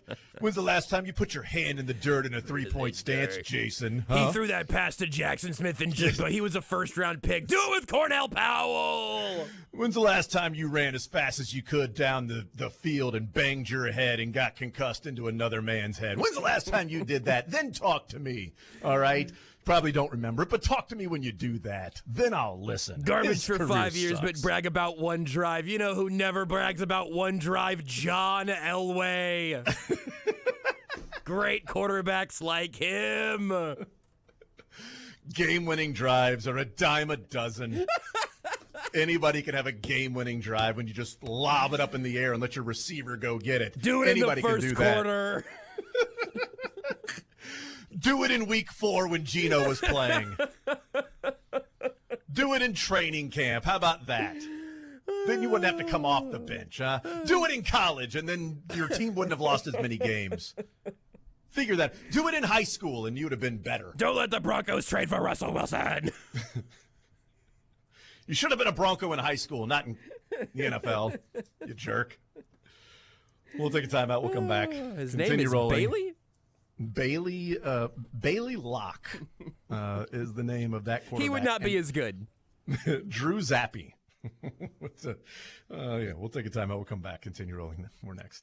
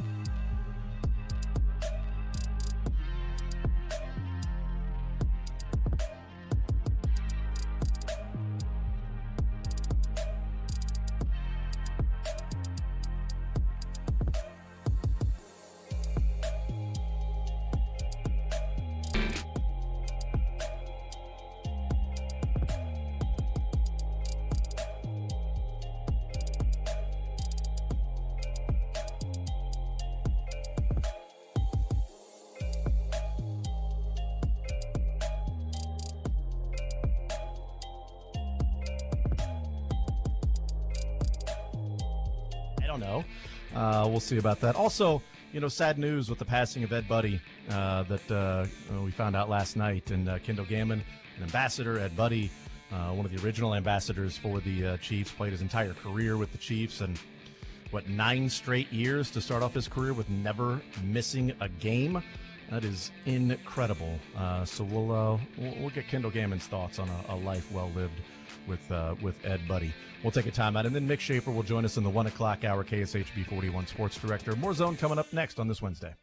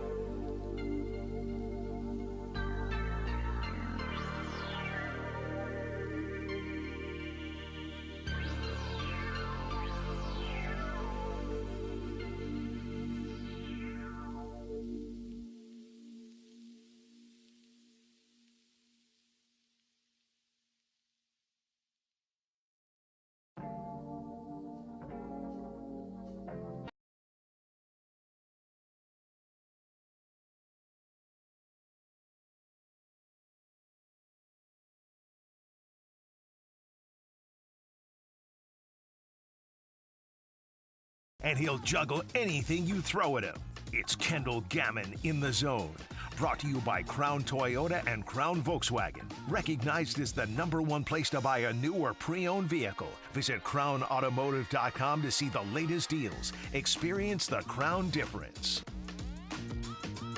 All right, we continue right here on Sports Radio 810 WHB. Jason Anderson with you. Josh Briscoe, Dylan Michaels. We head up until 2 o'clock. Usually on a Friday, we're talking with Kendall Gammon, presented by Crown Toyota and Crown Volkswagen. But we get to talk to him today as the Chiefs moving some things around. No press conferences today, but we get Kendall Gammon, all-pro long snapper and just man as well. And also with the Beyond the Game podcast, you can check out at KCSN. Kendall Gammon joining us here in the Zone. Kendall, how are you, sir? I'm good, and you're correct. I am a male, so you got that. You nailed it. Part of that I figured was going to be true. I had to get some aspect of that true. I always want to ask you when we start off, just over the last few weeks, the Beyond the Game podcast. What do you got coming up? Any interviews or anything that you want to promote and let people know conversations you guys are having? Yeah, absolutely. KC Sports Network. Actually, I talked with my old teammate from the Steelers and 16-year NFL veteran QB, Mike Tomczak, yesterday, and it was just fabulous. I think it'll probably release Friday or Saturday, but that is an interesting guy, having played for the Super Bowl 20 Chicago Bears and, playing with McMahon and Ditka. And, of course, we had that in common because I played for Ditka as well. And he's a pretty interesting dude. He and I were close. That's awesome, man. Looking forward to that conversation. Kendall Gammon is our guest. Kendall, before we get into the Chiefs and the discussion about what we saw from the Patriots and looking ahead to the Raiders, I did want to get your thoughts. The Chiefs announced last night that, we find out that Ed Buddy, longtime Kansas City Chief, played his entire career with the Chiefs, did not miss a game for 9 straight years as an offensive lineman, which is just unbelievable. Ed Buddy passed away last night. 7-time Pro Bowler / All-Star, 2-time All-Pro, but a Chiefs ambassador, one of the original ambassadors for the Kansas City Chiefs. Chiefs fans may think of him as an ambassador. They may think of him in 65 toss power trap. What are your thoughts on the life of Ed Buddy? Well, certainly it is very sad, and of course, condolences to his family. And he is one of those Chiefs that is iconic. He's very, as you mentioned, he was a Chiefs ambassador and was very active in our meetings, and was there just several months ago, right before he took ill. So it was sad because we saw him a fair amount, and he was just a good dude. It was sad, but in the same token, I was happy for the fact that, at the draft this year, he and his son, who were the first father-son duo to be a first-round pick on the same team, were able to be at the draft and share some of those moments and do all those different things. But, this is a big loss for Chiefs Kingdom, no doubt. Well, what could be really special moving forward is that, do you know so they got up there to introduce the one of the Chiefs draft picks. Do you know the draft pick that they introduced? Was that Rashee Rice? It was. Rashee Rice is who the Buddies, father-son duo, introduced with pick number 55. The Kansas City Chiefs have selected wide receiver Rashee Rice. So if Rashee Rice continues on this projection and becomes a stud wide receiver, we play the clip all the time of the Kansas City Chiefs have selected Patrick Mahomes, right, quarterback Texas Tech. It might be one of those that if Rashee Rice becomes this star, it's like, hey, remember pick number 55 when this happened in 2023 here in our backyard in Kansas City, and we would still be able to hear Ed Buddy's voice and his son as well, introducing Rashee Rice, wide receiver SMU, to the Kansas City Chiefs. But yes, sad news, but certainly a Kansas City Chief through and through. Big part of 65 toss power trap. Opening up that hole that was going to bust wide open, boys. Ed Buddy, a big part of that one. Kendall Gammon is our guest. Let's go from that conversation to about the Chiefs. Kudos to you. You had the Chiefs beating the Patriots 21-14. It was 27-17. Close. At least you were close to the Patriots score. Chiefs got a few more points on the board than I think a lot of people thought they would get, and they could have had 34 points if they tried to score there at the end, or at least 30. I want to ask, first of all, your takeaway from the game before we get into a couple of particulars, but your takeaway from the game that, you never apologize for wins in the NFL, but it still felt like that sloppy offensive performance where they did enough to beat a really, struggling, mediocre football team. Yeah, I think you really kind of answered it. You're exactly right. It was a little bit sloppy. Certainly, I'm sure we'll get into the drops from Kadarius and all those different things. You seem to have a decided slant on that, which I agree with. So I don't know. It's just not where it needs to be yet. They continue to do some good things. Positives. Hilaire steps up in a good way. Rice continues his ascent as well. So those two things are nice. But when it comes down to, what are the Chiefs now? Maybe -9 or 10 on the turnover ratio. Is it 8? Okay. Yeah. I apologize to them. Yeah, you're looking ahead. Our conversation next week. Exactly right. Hopefully not. But that's not a good thing when you go like that. But the team's still going to have to play better down this stretch going into the playoffs if they want to get to where they have that goal to run it back. But you're right. It is a good defense for the Patriots, but the offense, I think even scoring 17 points, things were, like you said, sloppy for a little while, but they got better. And in the end, they came out with a win. It is, always tough to go to the East Coast or the West Coast and win games like that. So they did what they needed to do. But hopefully this is a start of something that's going to get it a little bit better. But I also, Jason, I don't know how to really describe everything at the end of the season, even if the Chiefs do win their last 4 games, because of who they're playing and what QB is at the helm. So I don't know if we're going to learn that much anyhow. Yeah, I feel like the Chiefs are playing the Chiefs these last 4 weeks. Exactly. And, week number 1 of 4 of playing the Chiefs, I don't know that they really passed the test because of the turnovers and, a couple of penalties that were untimely. Certainly one that was the offensive pass interference. The Chiefs didn't get any points on that drive because of the incredibly rare Sasquatch sighting of Harrison Butker missing a kick this year, which is quite the juxtaposition from a year ago, Kendall, when all we were talking about was that the issues with the snap and the hold and the kick and everything that was going on, and the ankle injury with Butker and all of that stuff. And this year it's like he missed a kick. That is shocking. I cannot believe it. What's going on?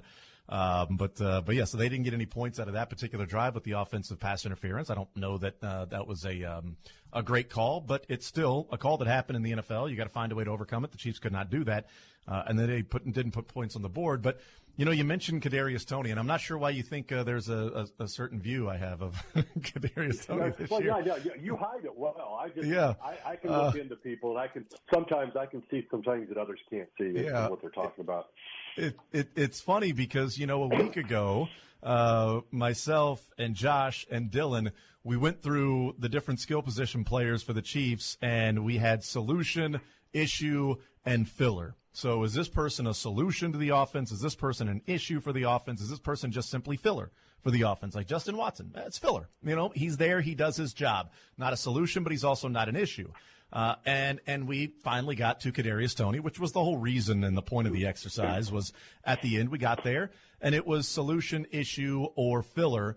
And, my assessment was to this point, this was before this last week, to this point he has been an issue, but I believe him to be a solution moving forward this year. And all it took was the next game for me to just completely change that and slap myself across the face for thinking that, because he can't catch the football again, and it results in an interception. But what really got me going, Kendall, on Monday about Kadarius Toney is the very next time he comes into the game, the ball is on the 25-yard line where, Creed Humphrey is snapping it from. The point that's closest to the Chiefs in the line of scrimmage as Creed Humphrey holds it vertically. The ball is touching the paint on the 25-yard line, and Kadarius Toney's foot is on the 25-yard line. And then he comes off the field. He has a conversation with Andy Reid. The official walks over to Andy Reid. Andy Reid sort of gives him sort of look as if like, I am assuming here. So this is I don't know this to be fact. I'm just putting some things together, but it certainly seemed like I just told him that part. His very next time on the field, like he came close to lining up off sides. at that point, like I'm out, and it sucks because I think he can do some things with the ball in his hands, but I don't trust him to line up correctly, and I don't trust him to even catch the football at this point. So I think he is an issue, and I think he's an issue moving forward, and I'm not sure what the Chiefs do with that, or if they even view it the same way, Kendall. Yeah, it's interesting. You kind of you took care of everything in that explanation. It's unbelievably frustrating. I think you can see that frustration finally in the Chiefs more than it could, but more than they had. And I don't know, because my one thought when you started talking about this was, well, the only thing you can do with him really is you can either throw the ball over the top to him, so if it gets tipped, nobody's back there to catch it, or you throw him bullet passes behind the line of scrimmage to where it's the same thing. It can't get intercepted, but you don't throw anything, mid-level where it could get tipped because we know what's happened. But you're right. When the ball's in his hands, he has a chance to do things positively, and I think they look at that.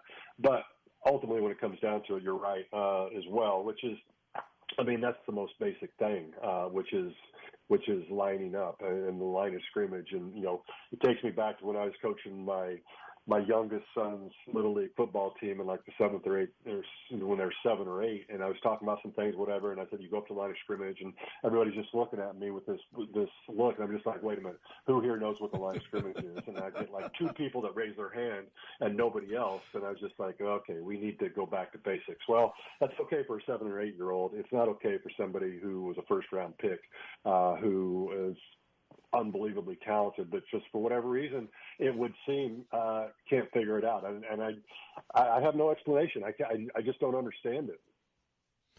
How's it viewed in the locker room? Like, you can't figure it out. It popped into my head. Like, if you ever seen the movie Life with Martin Lawrence and Eddie Murphy of the Can't Get Right, one of the prisoners who was nicknamed Can't Get Right, just always made mistakes, just can't get right.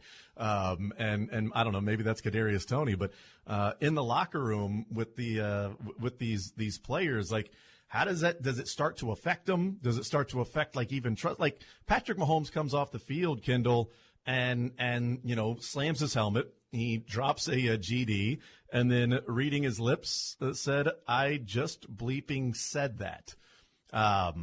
I don't know what he said. I'm assuming, hey, we're up by 17, guys. Let's make sure we concentrate on the details, catch the football, look it in, protect the football. Let's block. All right, let's do the details, the finer things, and let's go win this game. And the first play, the ball goes right through somebody's hands.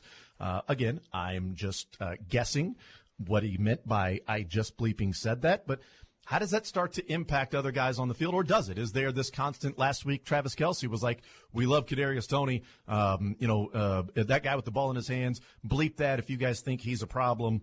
1 week later, it's the same conversation. Does that start to erode and chip away at that foundation of trust and love in the locker room? Well, it certainly can. And certainly I think they'll also, for the most part, continue to say the right things publicly. But behind closed doors, when guys aren't doing things right, it's pretty brutal in the locker room. I mean, you'll say things, guys. I mean, you'll just outright hear guys say things to others like, dude, what are you thinking? You mess with them for a while, and then the irritation can overcome as well. And I've seen that happen in different locker rooms. Probably more in the years that I was with the Saints, because those were my character building years. And it does happen. The guys look at each other like, sometimes when something that's just really basic isn't being done, just like, dude, what are you thinking? We don't know if that's going on, but as you alluded to, Patrick's pretty frustrated, and it's finally bubbling over, and it's these little things that all stack upon each other to where at a certain point it finally blows, and that's exactly what happened with him. Kendall Gammon is our guest. He is presented by Crown Toyota and Crown Volkswagen as we talk about the Kansas City Chiefs. We'll talk about the Raiders here in just a second. But, as we talk about wide receivers, which has been a constant conversation, last year it was special teams was a constant conversation about the kicking game and the punt return game. Sky Moore goes on the injured reserve. His regular season is over. We'll see about, the postseason, what ends up happening with him. But he ends his rookie year, Kendall, with 22 receptions, 250 yards, and no touchdowns. He now ends his sophomore campaign with 21 receptions, 244 yards and 1 touchdown. Almost identical numbers the first 2 years in the league. Now, 3 fewer games, but I'm not sure he's going to go out there and have a 30 or 40-yard game over the next few weeks because he's just not getting the ball thrown his way, and he's playing less and less. How maybe surprising isn't the right word, but how underwhelmed maybe do you think the Chiefs are with maybe what their expectations of what they thought Sky Moore would give them versus 14 games into the season, he's got 21 catches on almost 40 targets, which is just absurd for a guy who's supposed to be sort of that go-to underneath guy, security blanket, and essentially the same numbers as his rookie year. How disappointed maybe do you think the Chiefs are in what they thought they were going to get from Sky Moore and then ultimately what happened? Yeah, I think Beach and Andy and whoever sits the powers to be and goes over things, they're probably just shaking their head like, man, I mean, we just didn't see this. I mean, we were wrong. That's probably what they're talking about, privately. And I mean, he's still going to get a chance next year, obviously, but you do have to think about moving on, I would think, to a degree. Some guys get it, though. It can take a few years. So it's possible, but it's hard to think that it's going to improve that much. And, of course, we'll find out more in the offseason when the draft and everything and what they acquire. But it's certainly not what they thought. And this receiver group obviously is not performing at the level that I think they truly believed it could perform at. And it's got to be frustrating for them. We know it's frustrating for Patrick Mahomes, and certainly you and I and all of the Chiefs kingdom, we are unbelievably frustrated. But it happens, and the fact is, going forward, and we're going to get into this Raiders game. I mean, when you look at the receiving this last week against the Patriots, I mean, it kind of tells a story with Rice up there with 9 for 91 and a TD. You had Hilaire, Gray, Watson, and Kelsey, and even McKinnon, I guess, there with the catches. That's the group that's either going to make or break the Chiefs going forward. And I guess you could potentially, throw James in there and see what he can do instead of Tony. But back to your question, they've got to be very disappointed and they're probably just thinking, we read the tea leaves wrong in this instance. See, in that Patriots game, I'm perfectly fine moving forward if those are the main targets, if it's sort of some combination of it's Rice, Kelsey, and running backs, like combined, because Edwards-Helaire and McKinnon combined for 7 catches and 83 yards and 2 touchdowns as well. So if I'm targeting Rashee Rice 9 times, this is just the Patriots game, Rashee Rice getting 9 targets, Kelsey getting 7, and the running backs overall getting 7, 21 targets for Patrick Mahomes, if that's where he's going. I feel pretty good about that being the main guys they're using. Rashee Rice in different ways. Travis Kelsey is the guy that's Travis Kelsey. And then use Clyde Edwards-Helaire in the passing game. Use Jerick McKinnon in the passing game. Use Pacheco in the passing game. They've been doing that a little bit more. Those are the guys moving forward to me that the offense should be focused on. And certainly that's what it seems they are. The next highest targets after Rice, Kelsey, and running backs was Kadarius Toney with 4. He had 2 receptions, 5 yards, and an interception. I'm going to go ahead and give that interception to him, even though he did not throw the football. But 4 targets for Kadarius Toney. I'm good if that starts to shrink, and if it's just more of a focus on Rice, Kelsey, and running backs, and you can mix in different guys here or there, but there's your offense moving forward. It is. I agree completely. And, maybe we stumbled upon something that we didn't think was possible. I mean, Hilaire, how he's played the last couple of weeks in relief of Pacheco and what he did this week, and certainly the screen game. And I'll tell you right now, that big, long gain on the screen where you had the 3 linemen in front of him running out, that was beautiful. That was interesting. And that could be something that adds a part to the offense coming down the stretch and in the playoffs. It could really make a huge difference. And it's something I think a lot of us thought would happen more than it did when they drafted Hilaire. And I know that he had some injuries and things that didn't get there, and Pacheco has stepped into it. But my goodness, I am encouraged by that. I'm curious to see this week what we see and how he's used again. And I don't know all the particulars of Pacheco and how long they expect him to be down. But if he they expect him to play this weekend. Are they? Okay, so I missed that one. Yeah. So he's playing this weekend. Now you've got some things. Maybe both those guys are in there at a certain time because Hilaire, I mean, he showed that he's making some plays. Yeah, I've been very satisfied and impressed with what Clyde Edwards-Helaire has done the last couple of weeks, and I'm happy for him. And certainly it can help out the Chiefs. There's some value there with Clyde Edwards-Helaire that it didn't seem like there was at many points this year. Kendall Gammon is our guest, presented by Crown Toyota and Crown Volkswagen. You mentioned the Chiefs, -8. That is the third worst turnover margin in the NFL. -9 is the worst turnover margin. The Jets and the Commanders. The only two teams with a worse turnover margin than the Chiefs.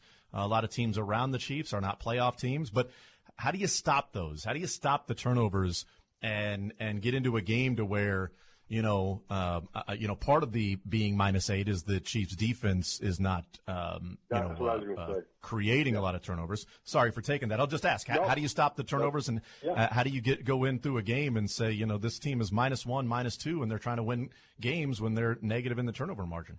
Well, I think doing something with Tony, not giving that the chance to happen.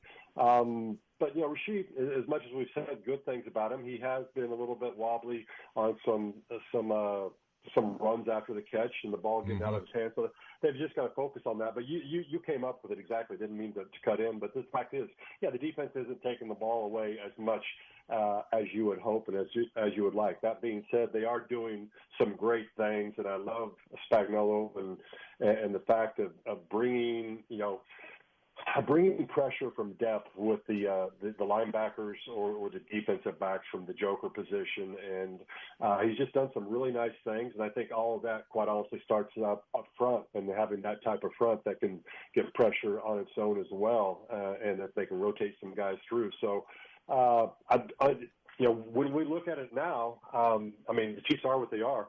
In my estimation, this team's going to only go as far as the defense takes them in the playoffs, because it's hard to imagine that the offense rights the ship completely in the last 3 games and into the playoffs. I know they could, and anytime you've got Patrick Mahomes, you've got a chance. Case in point, when you're -8 and you're 3 from the bottom, and you're still leading the division, whatever, that shows you that you've got some good weapons. But it's going to be interesting to watch, and it makes it interesting to watch the Chiefs for so many different reasons now. Reasons I wish I wasn't interested, but to see what's going on. What do you think about the Raiders game coming up on Christmas Day? Did you play ever get a chance to play on Christmas Day? I know you played on Thanksgiving, I believe, but ever get a chance to play on Christmas Day? Yeah, I'm sure I had to have, because I played 15 years, and so the way things rotated. So I think I probably played it at least a couple times. And, it is what it is. I mean, we talked about it last week, is you don't make the schedule. You understand that the NFL waits for no one, and it's about getting the games on TV and the ratings and the popularity. So they make the schedule, you go play it. And so you make plans to do your Christmas at different times, and that's just how it works. So I don't expect that to be an issue. I don't expect an issue even though they're going into Las Vegas for the Chiefs. I feel like they win this game, even though you look at what the Raiders did last week, 63-21. You also got to take into account who they're playing in the Chargers, and then also the fact that the week before they lost 3-0. So don't know who they are. Know that coach is coaching for a job next year, but and they responded pretty well at times, but I just can't see much happening. Yeah, and I'm trying to scroll through here real quick. You played a lot of games, so trying to scroll through to you played on Christmas Eve in 94, Christmas Eve in 95 as well. Let's see, 96, no. 97, no. 98, nope. 99, Christmas Eve again. 2000 Christmas Eve, 2001 you played on Christmas Eve. 2002 you played, nope. 2003, nope. 2004, there you go. 2004 you played on Christmas Day against the Raiders at home in a 31-30 win. Game. Those extra points and field goals are important then. There you get darn right. I'll tell you what, the hold there was game, but all the same. The hold was easy because the snap was phenomenal there, and those kicks went right through the uprights. Yeah, so you did do that, and that was a home game. So at least you're playing those games at home. I mean, the Chiefs don't have to. I heard Josh talking with Adam Teicher yesterday. I was like, well, you're going to be covering the game on New Year's Eve and Christmas, but at least you're at home both of those days. So there are certainly worse things to have happen. Yeah, exactly right. Yeah, we were getting close. I was like, oh, man, he's going to hand it to me. If I just told him I'd played at least twice this year and it was 0, you would have been all over me. So I'm glad that one played out a little bit. What did I play? I played 244 games regular in postseason, so I just assumed at least one would be that. Unbelievable. Kendall Gammon is our guest. Okay, do you have a score in mind for Chiefs and Raiders? The Chiefs 10-point favorites over Vegas coming up on Christmas Day on Monday. Do you have a score in mind, Kendall? Yeah, I'm going to go 27-17, which I know is just right back at what we did last week, but that's what I came up with. And yeah, that's what I'm going to go with because really the Chiefs, they scored more than 27 classily. I mean, I just thought it was a class move by Andy of down the ball and what he did. So they could have scored more, like you said, but that just shows respect you have for Belichick as well. Yeah, and also the alternate total that I had of under 46.5. I do appreciate Andy not kicking the field goal there. That was a classy move by Andy Reid to make sure that the bet that I had at DraftKings was still intact. So thank you, Andy. What'd you do with that? What'd you do with that extra $5? Yeah, you bet like I do. I'm going to go. Yeah, I'm all in it. That's $5. Yeah.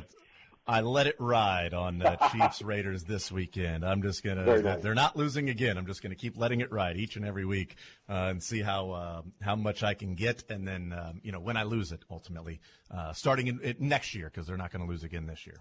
Sure. Yeah. Well, hopefully you keep winning. That's the hope. Kendall Gammon, Crown Toyota, Crown Volkswagen, presenting Kendall, and also Beyond the Game podcast at KC Sports Network. Be looking for that Mike Tomczak conversation with Kendall. Kendall, as always, very much appreciate the time. Thank you for joining us. Have a Merry Christmas to you and yours, and we'll all be sort of hanging out together watching the Chiefs while with our families on Christmas. Sounds great. Take care. Appreciate you having me on. Absolutely. There's Kendall Gammon joining us here on Sports Radio 810 WHB. Again, Crown Toyota, Crown Volkswagen presenting Kendall, recognized as the #1 place to buy a new or pre-owned vehicle. Visit crownautomotive.com to see the latest deals. Experience the Crown difference. We'll take a timeout. We'll come back and continue rolling. More Zone next.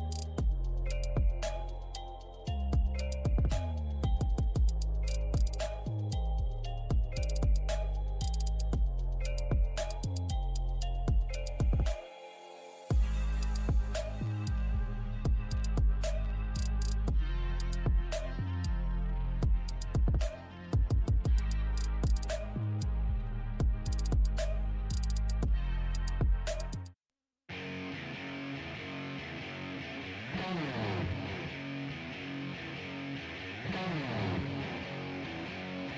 right, we continue right here on Sports Radio 810 WHB. Thank you to Kendall Gammon joining us. Again, check out the podcast, KC Sports Network, the Beyond the Game podcast, the Mike Tomczak interview coming up. Thank you to Kendall talking about the Kansas City Chiefs and the good, the bad, and hopefully what will be a drubbing of the Raiders on Christmas. Some coal in their stocking. You'll hear that a lot probably over the weekend, so that's the last time I'll say that. Yeah, Christmas Day game. Kendall playing one of those against the Raiders at home, in which they won 31-30. A win is a win, but I'd be disappointed if it was a 1-point win against the Raiders. And yes, that is where the Chiefs are right now. And you never apologize for a win by any amount. Yeah, when they get into the postseason, win by one. Win 4 games by 1 point. I'm good with it. Margin 4-0, margin of victory 4. I'll take it. That would be fantastic if the Chiefs were to be able to do that. 913-912-4810 is the text line. I want to talk some signing day football, Josh, and some college basketball. But real quick, as I said, winning by 1 point.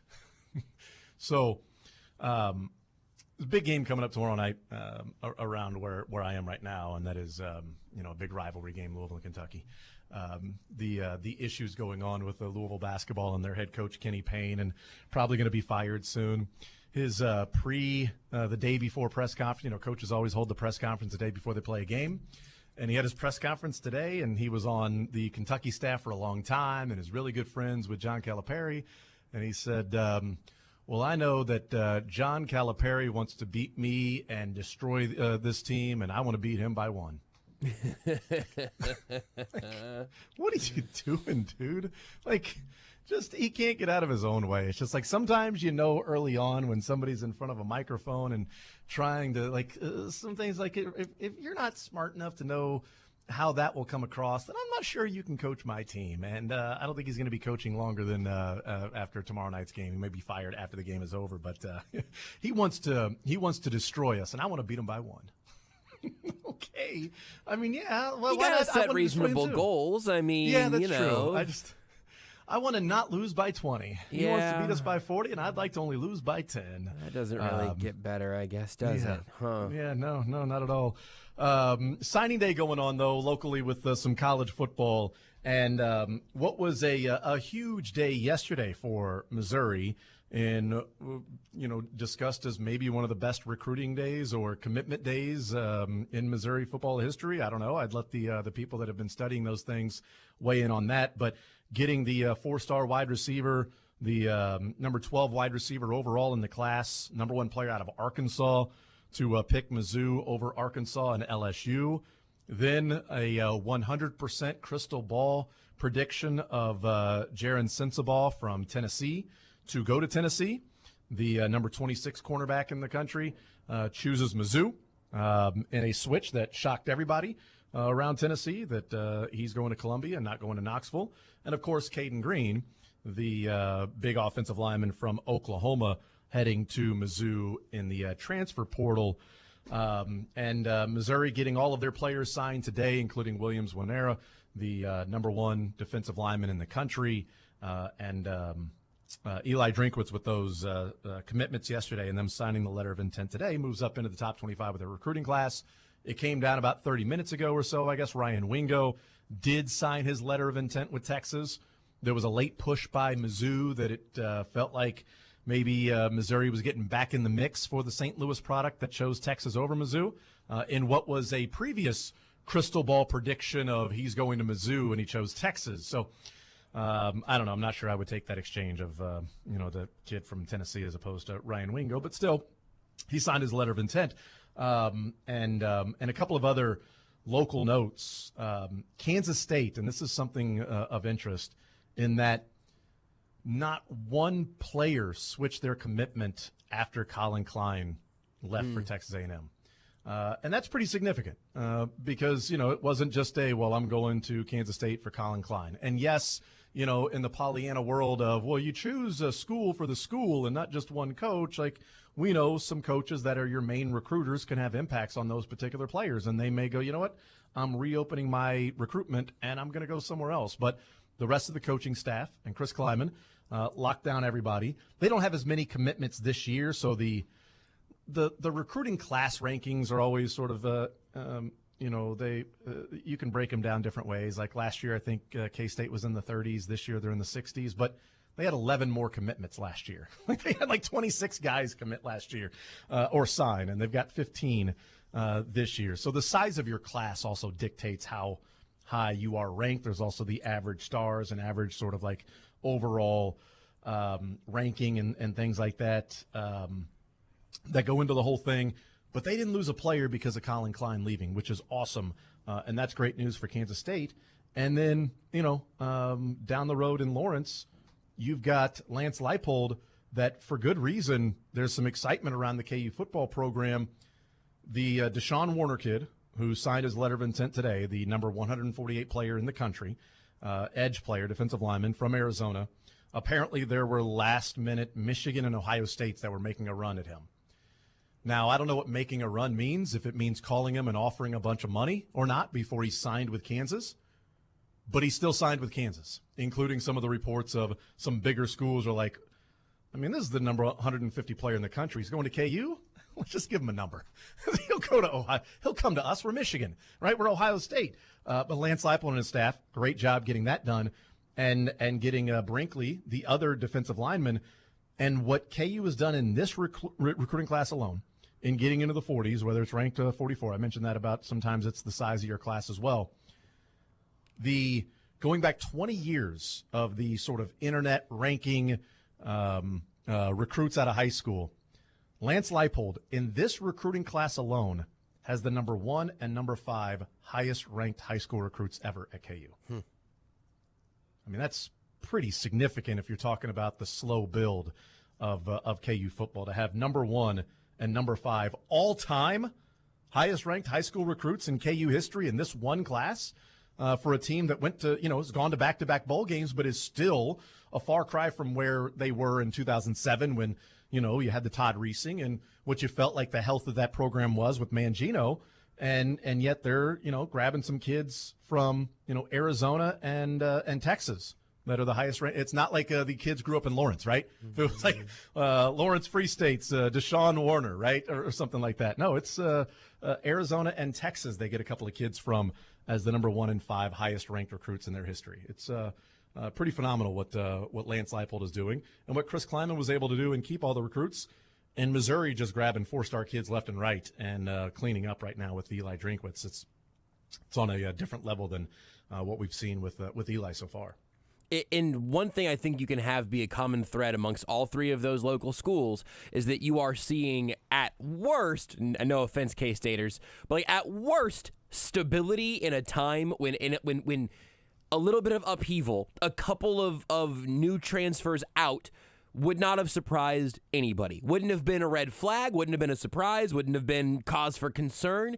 But K-State doesn't have anything resembling an exodus and continues to keep building on the success they've already had. And then you have KU and Mizzou both in different spaces, in part to me at least because of the different conferences. Mm-hmm. But you have both of them actively building on top of the success they've had, trying in KU's sense, really trying to get to where K-State, being a year ahead in the process ultimately with the success they had and the hole that KU was digging out of. And then for Mizzou, maybe this is a trope at this point, but this feels like what you would want to see from a team that's going to actually contend in the SEC. That entire clause is important to me, but it's really, really cool to be able to look around and not just say like, oh, okay, well, this class will come home to roost in about 3 years, and then maybe you'll start to see some of them play, and then now this won't be an embarrassing KU team, and then they can build on that and on that and on. And then in 6 or 7 years, this program could be healthy. All three of these schools continue to move in the right direction, which is an incredible thing to be able to say considering where they've been. I don't know who it was, but it was a great tweet earlier today. I read, said, congrats to all the kids announcing where they'll transfer from a year from now. It was great. Incredibly snarky, but still, really funny.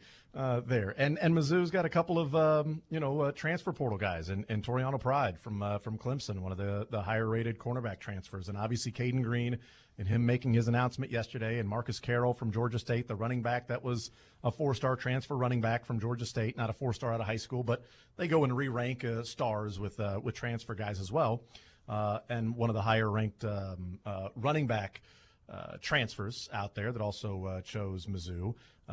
And so, yeah, there's big things going on right now, and it's building off of or wanting to build off what they did this year, because next year in the 12-team playoff, I mean, I don't think there's anything wrong with looking at it and going, Kansas State, can they win the Big 12? Can they be in the playoff? And Missouri, can they make the 12-team playoff as an at-large? Because they would have been in the playoff in 2007.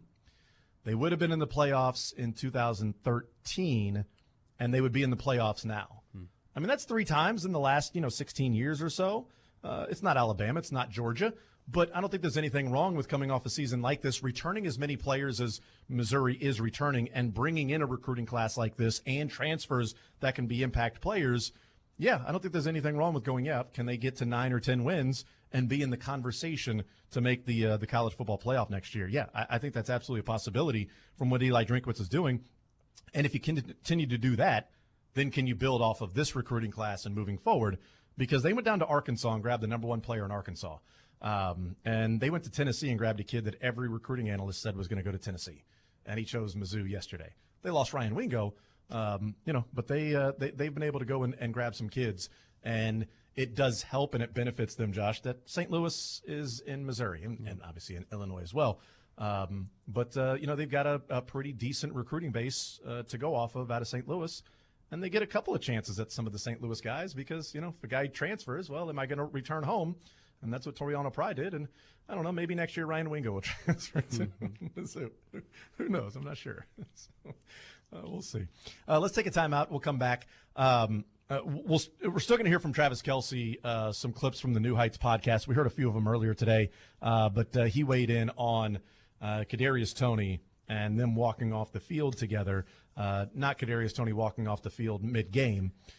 That would have been better for the Chiefs. So we're walking off the field in the third quarter against the Bills. That would have been better for the Chiefs, but walking off the field at the end of the game there. And I still want to get into, and we'll do this with Mick Schaefer coming up at 1 o'clock. One of the things that Dan Wetzel wrote at Yahoo that we have been talking about with NIL and what we're seeing with recruiting classes and the sky not falling. So we'll talk about some of those things. We'll take a timeout. We'll come back, continue rolling. More Zone on this Wednesday edition of the Zone. Sports Radio 810 WHB.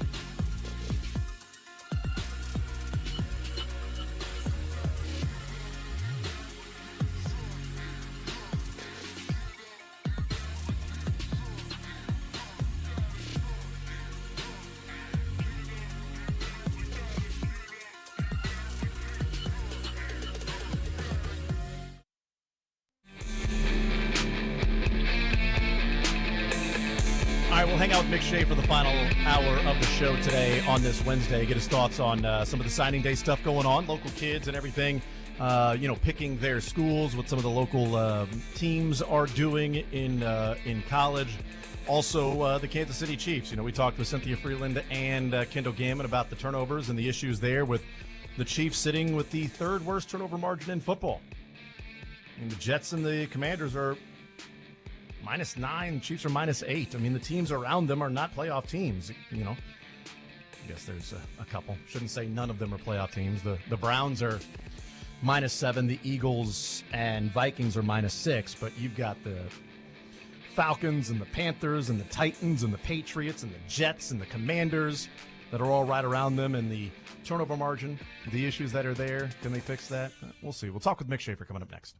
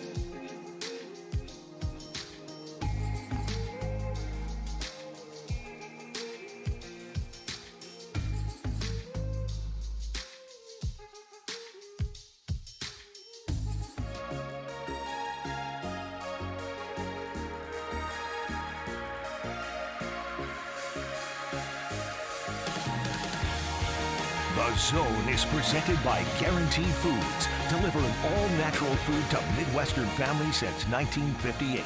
Enjoy healthier food, more free time, free delivery, and better value. Go to GuaranteedFoods.com. All right, we continue right here on Sports Radio 810 WHB. Jason Anderson with you, Josh Briscoe, Dylan Michaels, Mick Schaefer, KSHB 41 Sports Director. Hey, Mick, welcome in on this Wednesday. How's your view from there? How'd you know I was here? What? Was I not supposed to know you were there? That's a great view. I've got I'm gonna get a stuffed snowman sitting on some Clorox wipes with your face on it. Yeah, have you seen you wore glasses? today, Jason? Did you wear glasses at one point, or I those drawn have on, not or what? seen the stream. All right, hold today, on, so Jason. I You need get to do see this? you get to see little Okay. Jason in a second. Oh, You well. heard me.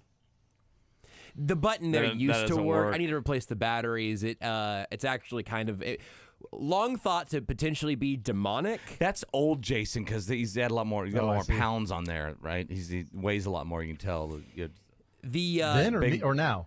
Now, well, this snowman of you, big round belly. Yeah. Oh, It's not. yeah, I'm It's trying to not a get there. current picture. I'm doing what I can. Yeah, I this mean, is- I'm gonna. You certainly put in some work the next week to try to get there. This was before your P90X body. This is your P90Xmas body. This is like had you drank your entire life, like me. This is what you would look like. And those That is a Jason who enjoyed alcohol. Yes. That is a Jason who stereotypically was in a fraternity for 5 years. and also to really just bring the whole thing together, this is also Jason who sells meth. Because those are not his glasses. Those are Renee's glasses that were a part of our Breaking Bad Halloween costume day. Oh, yeah, that's right. So this is Jason as Gus Fring, as a snowman, as the host of the Zone on Sports Radio 810. As someone who sits on Clorox wipes. That's really just for the height, for the camera. But I have, and Dylan caught me doing this in the first segment where I was talking to Snowman Jason, like that I looked to address him in our conversation that we were having, but it does get a little distracting. I can't take my eyes off him. I know. That makes sense. I've heard that. Speaking of college, I've heard that a lot too. Yeah. That's a Jason as a snowman. That's a hat on a hat right there. It is, That's and what also that the is. snowman does have a hat as well. So Hat on a hat on a hat. I mean, you tri-layer that, you'd be on Saturday Night Live for the rest of your life if you're able to do that, man. I mean, you wear a lot of hats around here. We know this. Clearly, the selling meth, as I can see from the body type, not partaking in said That's right. enjoyment or addiction, That's right. whatever, with that. So, yeah, good to know. Sitting on a Clorox wipes, so clearly my butt has been disinfected. Dylan, go ahead and mark that, and I'll circle back No. later. Thank you. Maybe don't. Maybe let's Appreciate just just talk here. No, Mick Schaefer is hanging out with us on this Wednesday. Boom. Hey, Mick, I saw that you mowed again today. How's that going for you? I mowed. Oh, you did? Try and stop me.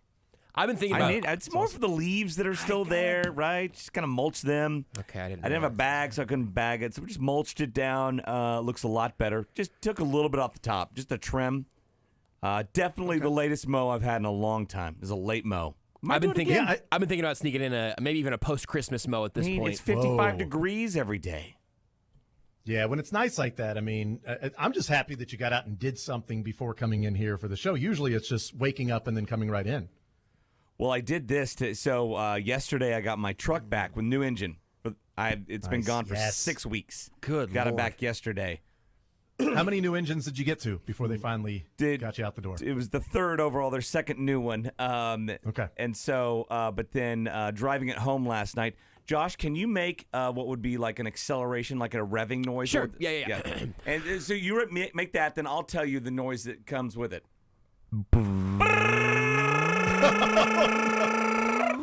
So It's a drum roll. it's not fixed yet. So I will be taking it back to the dealer today. What? Oh, it is a No. loud, awful. How did they give it back to you? Rattling. Well, when I drove That it off sounds the terrible. lot, which You is shouldn't do how it that. usually works with cars, right? When I drove it off the lot, everything was fine.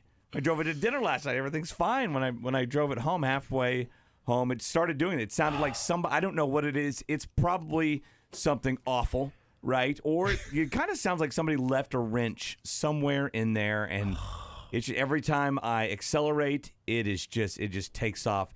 And let go of the gas, nothing, and accelerate again. And the more I accelerate, the louder and the more repetitive this rattle. I would rather get a phone like call that a member of my family was in the hospital than I would hear that noise in my car. Maybe have the check engine light pop on. I take a death on. from a distant cousin. Yeah. Yeah, right now. I would kill one issues. of my cousins. Yeah. You remember cousin Eric from, but like I don't. Well, so we haven't fine. seen him since you were Everything's fine. 3. I don't remember him. So okay, yeah, he won't cool. be missed. He lives in Saskatchewan now. Oh, well, that sucks. He I feel dies bad for in his, Saskatchewan now, but good news feel bad is for his, F-150 is family. going to go for another 100,000 miles. That's right. That's the deal I made. Congratulations. I don't need to make a deal with the devil. I need to make a deal with the dealership. That's one and the same. Whatever it takes. One in the same. Car people. Maybe a rodent maybe went up the there, fell asleep, and died. Maybe that's what you're hearing. I don't know. It's like a dead rat or something. It's a very metallic, hardened rat, if that is the case. So yeah, they get cold around this time, so they try to find some warmth. Yeah, maybe it was in the engine or somewhere around the it's clearly the rotator girder on the engine spec. Yes, that's what tell them that. Definitely what it is. Yeah, it's all ball bearings. Just get under the hood and it's definitely the bypass line. Hey. It's got to be. It's ball bearings. Now, come on, it's all ball bearings right now. So good for you. I'm glad that you got out and got to enjoy yourself this morning. Get some of that stress. Is your mower working? That maybe take that engine. That engine seems to be working just fine. So my mower, I have like the self-propel goes out at least once a summer, but I'll go and I've got a place in Marion. They fix it for like $60. With the number of times they fixed it, I probably could have got a new mower, but I'm sticking with the Toro that I've had for about 10 years. We're still going strong.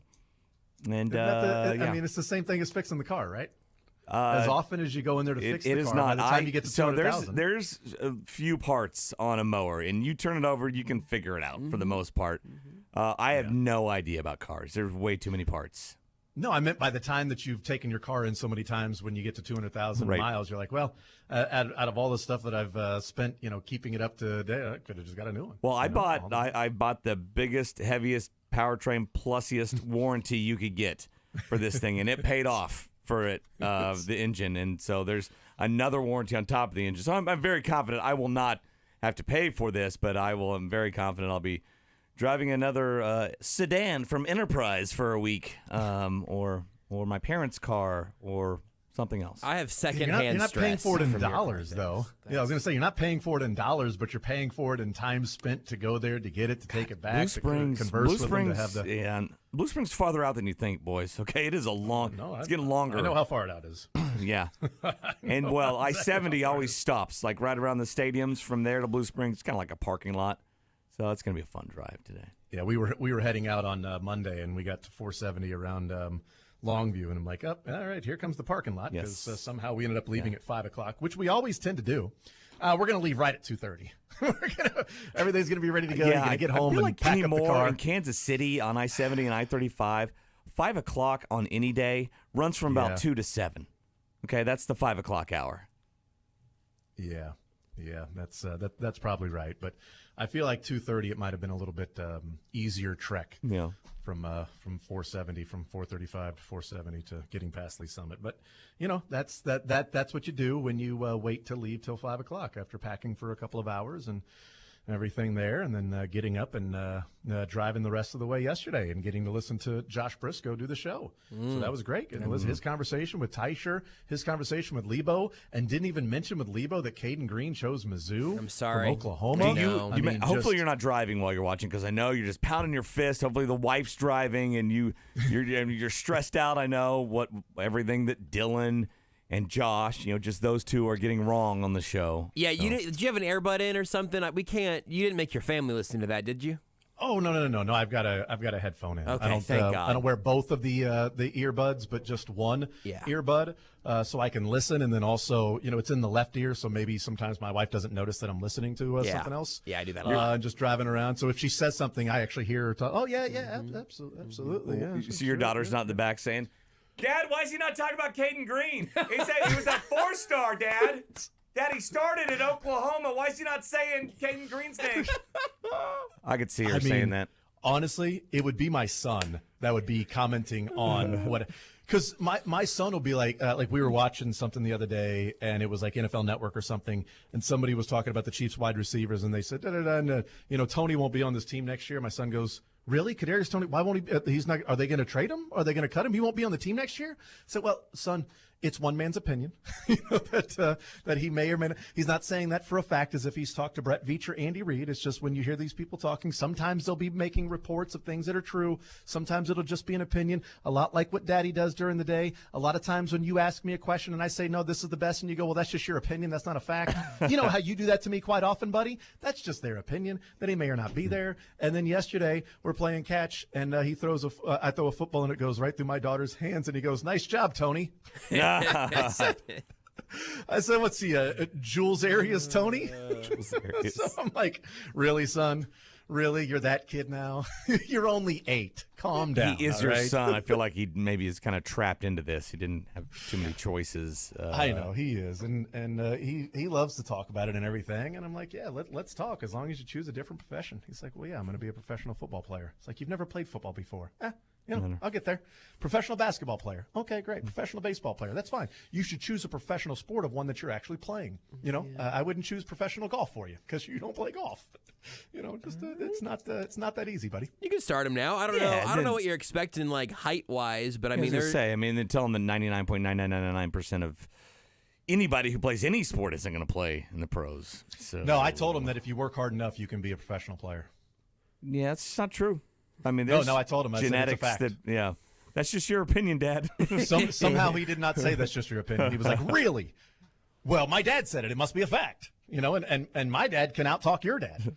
Well, my dad can beat up your dad. Yeah, we know, but he can out-talk him. My dad, he's gonna slay you with his words. Yeah. No, listen, heart matters.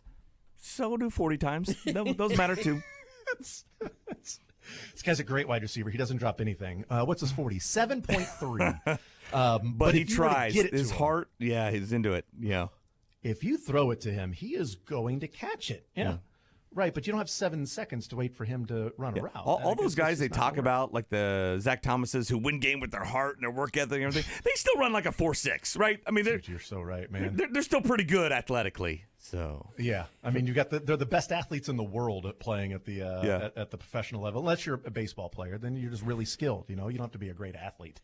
To be a baseball player. Dylan just raised his hand when you said that, by the way. What was that, Dylan? He agree or disagree? Was tapping himself on the chest, saying, okay. Got me. Yep. Oh, dude, I got in this conversation with somebody about baseball, and they're like, baseball players don't have to be athletes or whatever. I'm like, well, they don't have to be athletic. If you're a baseball player, you're an athlete. You're playing a sport, you're an athlete. You don't have to be overly Billy Butler wasn't running a route in baseball or playing shooting guard in basketball. Honestly, though, I'm willing to bet Billy Butler could outrun like 95% of the dudes in his high school graduation class, right? Athletic is always... it's relative, yeah. Relative, right? Yeah, and right. so, compared to all these other dudes on MLB, he looks really slow, right? It's the fastest 2 minutes in sports, him rounding the bases, right? But in reality, comparing him to dudes, we're like, oh, man, my buddy Bo, he was really athletic. Well, compared to Bo, Billy Butler's going to blow him out of the water. Pablo Sandoval played third base. That's, I'm convinced there's like a pool of every year, I don't know, you say there's a couple thousand athletes in the country, and they're all going to play one sport. It's just which one they pick, right? There's so many of these guys. LeBron could have played multiple different sports, right? And so many of these basketball players were, 4-star guys in football and baseball and all this stuff. It's just. I bet George Karlaftis was very good at water polo. If I had to guess. Didn't he throw? He threw shot and discus at Purdue too. Wouldn't surprise me. Yeah. Can you imagine if those guys played soccer, though? What the men's national We'd finally be good, man. Right? Yeah. Nobody ever mentions that. We just need a couple more. Can you imagine LeBron in goal? Yeah. Oh. If we just had a couple more billion people in this country, then we'd be good at soccer. And all the best soccer players are huge dudes who are just complete, muscle-bound athletic freaks. Yeah. I'm thinking DK and Adrian Peterson and LeBron just on the pitch. I can't even imagine how amazing that team would be with the footy. Especially with those little guys out there just towering over them. They'd be so good at that if they just chose a different sport, or I don't know, maybe being 6'8", 270 doesn't help you in soccer. I don't know. Do you think that like It's not DK Metcalf and AJ Brown are like honestly day to day like a little bit annoyed that Lionel Messi is better at his sport than they are at theirs? I think there's got to. I think most professional athletes at that level have I think they have a respect level of like that dude. Respect that dude's at the top of his game, no matter what it is. I think there's that shared respect for those that are at the best at what they do. I think they're jealous.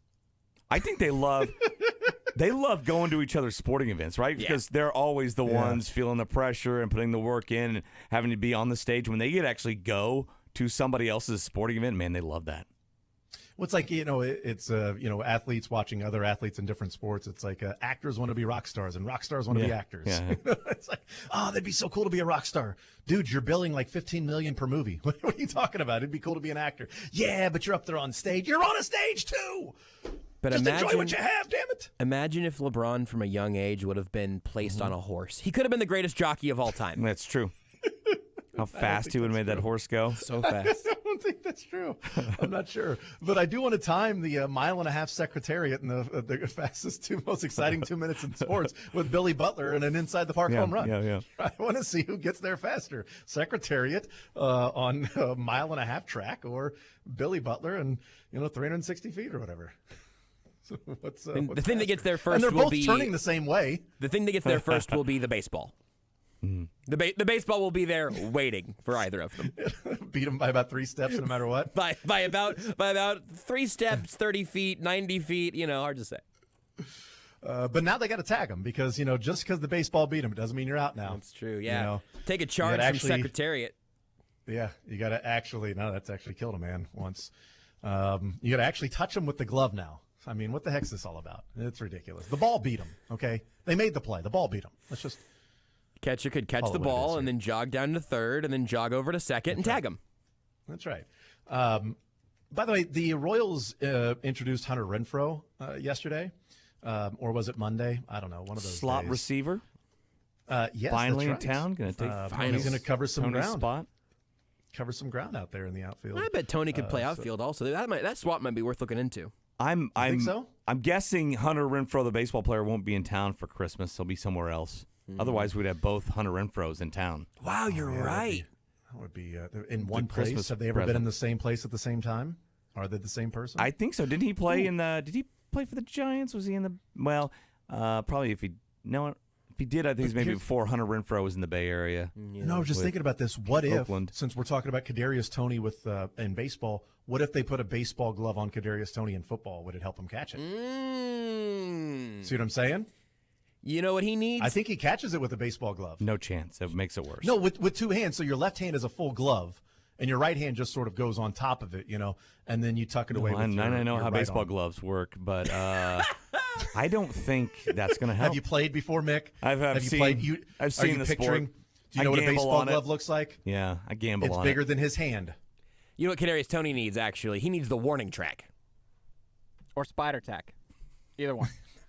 That's what he needs. Have you seen the Senior Bowl clip going around of Kadarius Toney? It's Senior Bowl. He just shakes a dude, breaks his ankle. The guy goes diving right as Kadarius is going left. He's wide open. He turns, and it is a lofted softball from probably not a quarterback, from some old coach probably, and it is right between the numbers, and it bounces off his hands like they are made of cement as he's turning to run the end zone. Did it land in a coach's arms or something? There was nobody there to catch it. Oh, darn it. Well, see, that's he what, was, and back then he was knocking it down, so that helped instead of knocking it up. That's the problem with Patrick Mahomes. Throw only deep shots all the way down the field, so that if it goes out of his hands, every time I see a Hail Mary or a pass to Kadarius Toney, I'm like, knock it down, knock it down. He's just throwing to Kadarius Toney. Knock it down. Okay, cool. 2nd and 10. All right. They're going to start running those trail receivers like they do for the Hail Mary for passes to Toney to catch it off the carom. That's what MVS could do. That's it. He'll be behind him. That's what they should do. Love this. Maybe that's what Richie James and Kadarius Toney against the Lions when they got mixed up. Maybe that's what Richie James was trying to do. Was like, dude, I was just running behind you with your hands. Have a guy run a mirror route right behind him, like 2 yards right behind him to catch the carom. See, we figured this out. How did the Chiefs not figure this out? We're just doing this on the fly. They spend all day. We're told that they're, quote, self-scouting. Okay, not once have they sent a receiver right behind Kadarius Toney to catch the ball when it goes I through haven't his seen hands. Ridiculous, man. Just try it every once in a while. Travis Kelce on the New Heights podcast. There's been talk about Kadarius Toney this week, and I think in the last couple of weeks, actually. Travis weighed in on Kadarius Toney last week. But here he is, apparently, when they, I guess, walked off the field together. Here's Travis Kelce, New Heights podcast, this morning talking about Kadarius.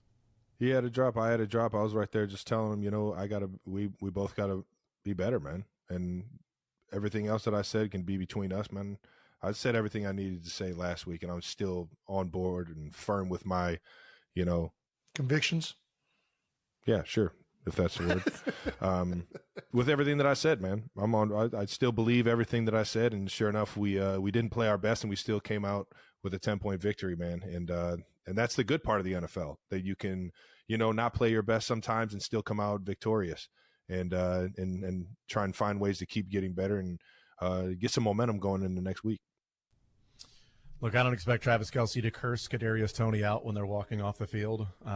So no, and I understand where he's coming from with the, I dropped one and he dropped one, and I'm going to continue to defend him, and that's my guy.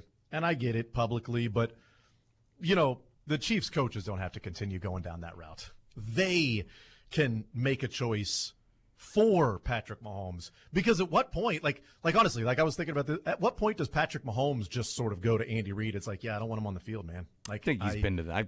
We might have caught him mid-conversation saying that on the sideline right after the pick. I just said can't. that. Yeah, I just said that. I can't, man. Like at what point does it, and maybe it's already there, that they're not playing Kadarius Toney because Patrick Mahomes is saying, you can't play this guy. Sorry. And if we play him, I'm going to throw the ball down the line of scrimmage to him, and that's it. And hope he catches it. Because if he drops that one, at least it's probably going to be incomplete. But it's now twice. He probably thought that one was a safe throw, too, from Sunday. Wasn't very far. Typically right in the player's hands is a safe throw, but not all the time. But, Sky Moore is now out for the season. Well, regular season at least. Those are reps that are going to have to be picked up by somebody. Is that, MVS, is Kadarius Toney's reps, are they going to increase? Is it Richie James? Do they get more Noah Gray? Does Justin Ross, is he activated? Like, I'm still waiting for a good option. Keep going. Exactly. Keep going. So I said, you're not exactly waiting for Tyreek Hill to come back from a collarbone in 2019. Hey, remember Tyreek comes back. Remember 2021, Tyreek dropped a lot of footballs and had a handful, a pick six. Yeah, carry him off his hands into the waiting arms of receivers. He just between them was, putting up 1,000-yard season and 10 touchdowns and all that stuff. That's the explosive sort of point plays. That's the point about Travis Kelce. It's like, Kelce drops passes too. Yes, and also in between catches his drop 9. passes, he's Travis freaking Kelce. Well, and I'm it's glad. like, well, Rashee Rice has drop passes. Yes, and in between that, he has 10 receptions, 100 yards, and a touchdown. So, don't fumble, obviously. But, yes, drop passes, it's relative. When Kadarius Toney has thrown the ball 4 times and one of those ends up being an interception, that's a problem, as opposed to, he threw the ball 12 times to Rashee Rice, and Rashee Rice dropped the ball once, and he had 11 receptions for 100 yards and a touchdown. What else did he do outside of that? And, oh, by the way, Kadarius Toney had a couple other that were thrown his way that he didn't catch, and also put his foot on the line of scrimmage and can't pay attention to where he's lining, whether he's offsides or not. Like, there's a lot that goes into between the drops. Kadarius Toney from week 1 against the Lions to the game against the Patriots, where the ball went through his arms and landed in the waiting arms of a defender. A lot of things took place with Kadarius Toney over that time. Not many of them were good. A lot of things took place with Rashee Rice and Travis Kelce over that time, and a lot of them have been very good. And I'm glad Travis says all that. What do you expect? I'm glad he's saying it, because I know there's a lot of fans who would love to hear their stars throw them under the bus. But do you really want that? No, you don't, because that's when teams fall apart. You want guys like Mahomes and Kelce to say all the right things and support their team. That is the mark of a championship football team, which is what this is, and that's what you do when you're facing times of adversity. Again, I get the impulse. They're like, man, I wish somebody would just come out and say the obvious, what we're saying here in our living rooms. But honestly, you can't have that if you're a team like the Chiefs that has aspirations to get to the Super Bowl every year. Otherwise, you turn into, half the other teams in the NFL who by midseason are having, in-house issues and infighting and stuff like that. You don't want that for the Chiefs, and I'm glad, However, whether he believes it, what he's saying, or doesn't, that's exactly what Travis Kelce has to say and should be saying. Maybe the biggest surprise of that whole game was that after that ball went through his hands, they didn't throw it right back to Kadarius Toney. I tweeted that too. That's the one time I tweeted that and they didn't. And everybody's like, they better not. Dude, I mean, my text messages and tweets and stuff is like, well, here comes the throw to Kadarius Toney. And I'm like, man, there's no way. They're not this time. There's no way. But I still believe they were probably going to do it. At what point do you all right, we dropped the ball. Let's throw it right back to him. All right, let's not. Dude, if I was the Patriots, I would have triple covered him the next play. And maybe they did. Maybe that's why they didn't. It was a handoff. They just wait. He checked that handoff, Jason. It was supposed to go. That's right. Supposed to go to KT. That's exactly. Every time now that the ball is supposed to go to Kadarius Toney, Mahomes is just going to check to give it to Edwards-Helaire Pacheco. Like, you know what? I'll hand it to this guy rather than throw it to the defense. I'll take my chances with this. What if he does that? What if every RPO that includes like Kadarius Toney's route, I'm just going to hand it off? I'm just gonna give the handoff here. It's a total switch from Patrick Mahomes, who would always want to throw it. Now he just wants to hand it off and give it to a different running back. So, yeah, I don't know. We'll see. It'll be interesting on Friday to see how they make up for Sky Moore's reps. There haven't been many of them as of late, but there's still 30% of the wide receiver reps are. Sky Moore's playing 30% of the game, and Kadarius Toney already had 40%, so it's not like he was at 10, and you're like, just increase his a little bit. I don't think MVS is the answer. 13, I don't know that Richie James or 13 personnel is the answer for me. Yeah, but then you got Blake Bell out there. Now you got Blake Bell out there. No, thank you. Yeah, I'm not. Zach Ertz on the team. Yeah, I'm not. I'm not as much on his back for that pick as other people are. He could have fought for it, but it's also. That's bang bang. It's right. The ball's not in the air very long, and so. It wasn't the best throw. It's just more of like Blake Bell's on the field, and in the last 10 games, he's got 3 targets. Like, go get it. Yeah, you're right. But and also, Russell, that's a rookie, right? Wrestle away from a rookie linebacker. You're bigger, and you're the bulldozer, and. Or go get Zach Ertz. I don't know. Just do something crazy. Let's run 13 personnel, 3 tight ends, and let's make. What if all 3 of them could catch a pass? Is Jody Fortson healthy yet? Can they just break the rules and take him off IR? I'm so annoyed they didn't try to do that. We all saw that we were going to need to break glass in case of Fort season. He was preseason IR. Yeah. Which, how much does this make sense? Preseason IR, you're done for the season.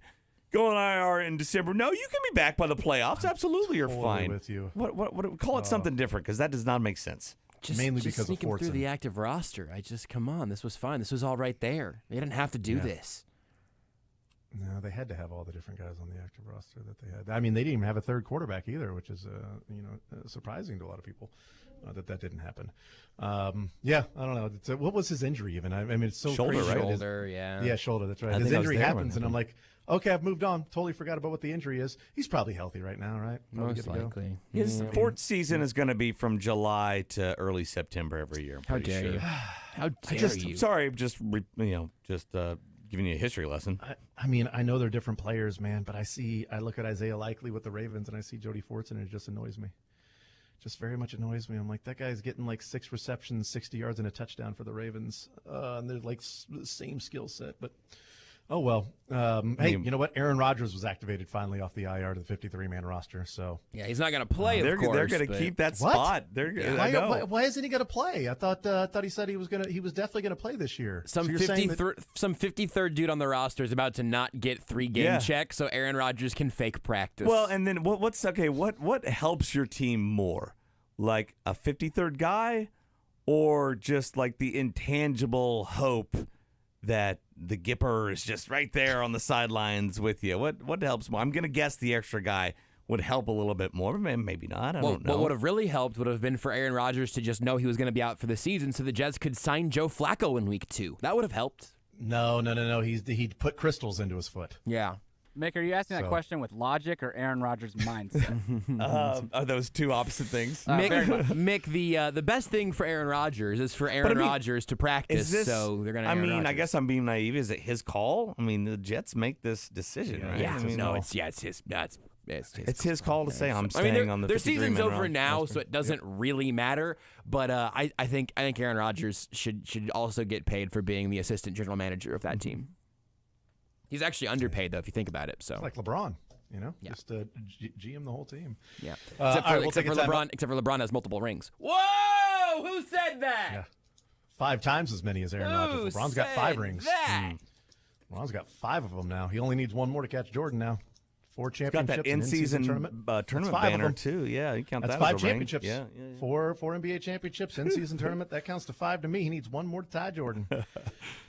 They play another one of those in January, I think. You can get there. See? You know why Bulls fans and Jordan stands are not talking about all the in-season rings for Jordan? They don't ever mention it because he never won one. Never got close. Never got close. Never even came close. Always it was like, no, I'm not going to play. Just took his ball and went home. Never even played in one. What a jerk. Wow. LeBron 1 for 1 in doing that. So I'm just saying that's better I than believe Aaron the Rodgers. Birmingham Barons were mid-season PCL champs. They were second half champs. It's minor league baseball. Half, you could win the first half and the second half.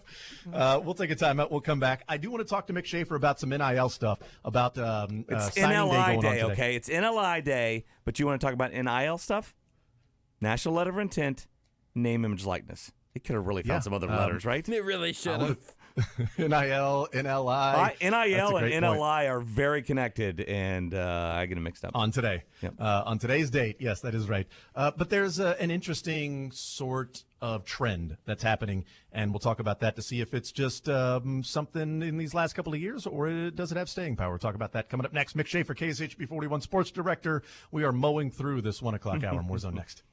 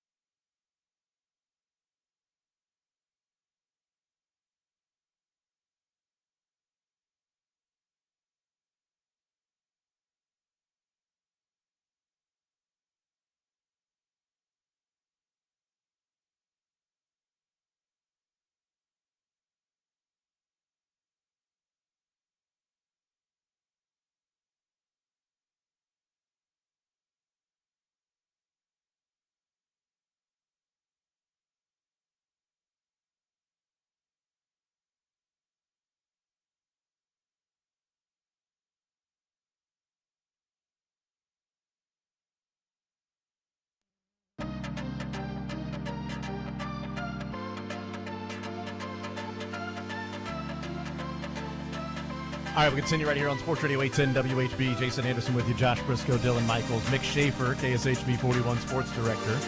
So it is NLI Day, and it's the beginning of it, but some of it obviously dictated by some NIL that's going on.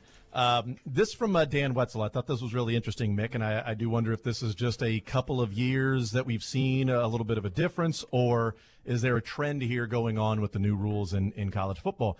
And he writes, for the first time in the Rivals history, the top 10 Rivals recruits in the country, top 10 rated Rivals recruits in the country, signed with 10 different schools. Not one school got 2 players in the top 10. It's the first time that's ever happened. A couple surprising things. One, I'm surprised it's the first time it's ever happened. Like, there's a lot of different schools Alabama out there. usually have 6 of those dudes.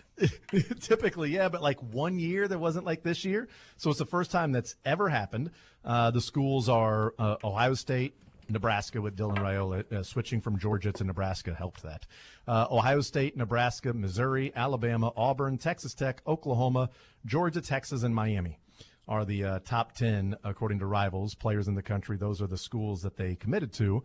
And then he went back and looked at the last decade of Rivals, okay? So he phrases a lot better than me because he's a wordsmith.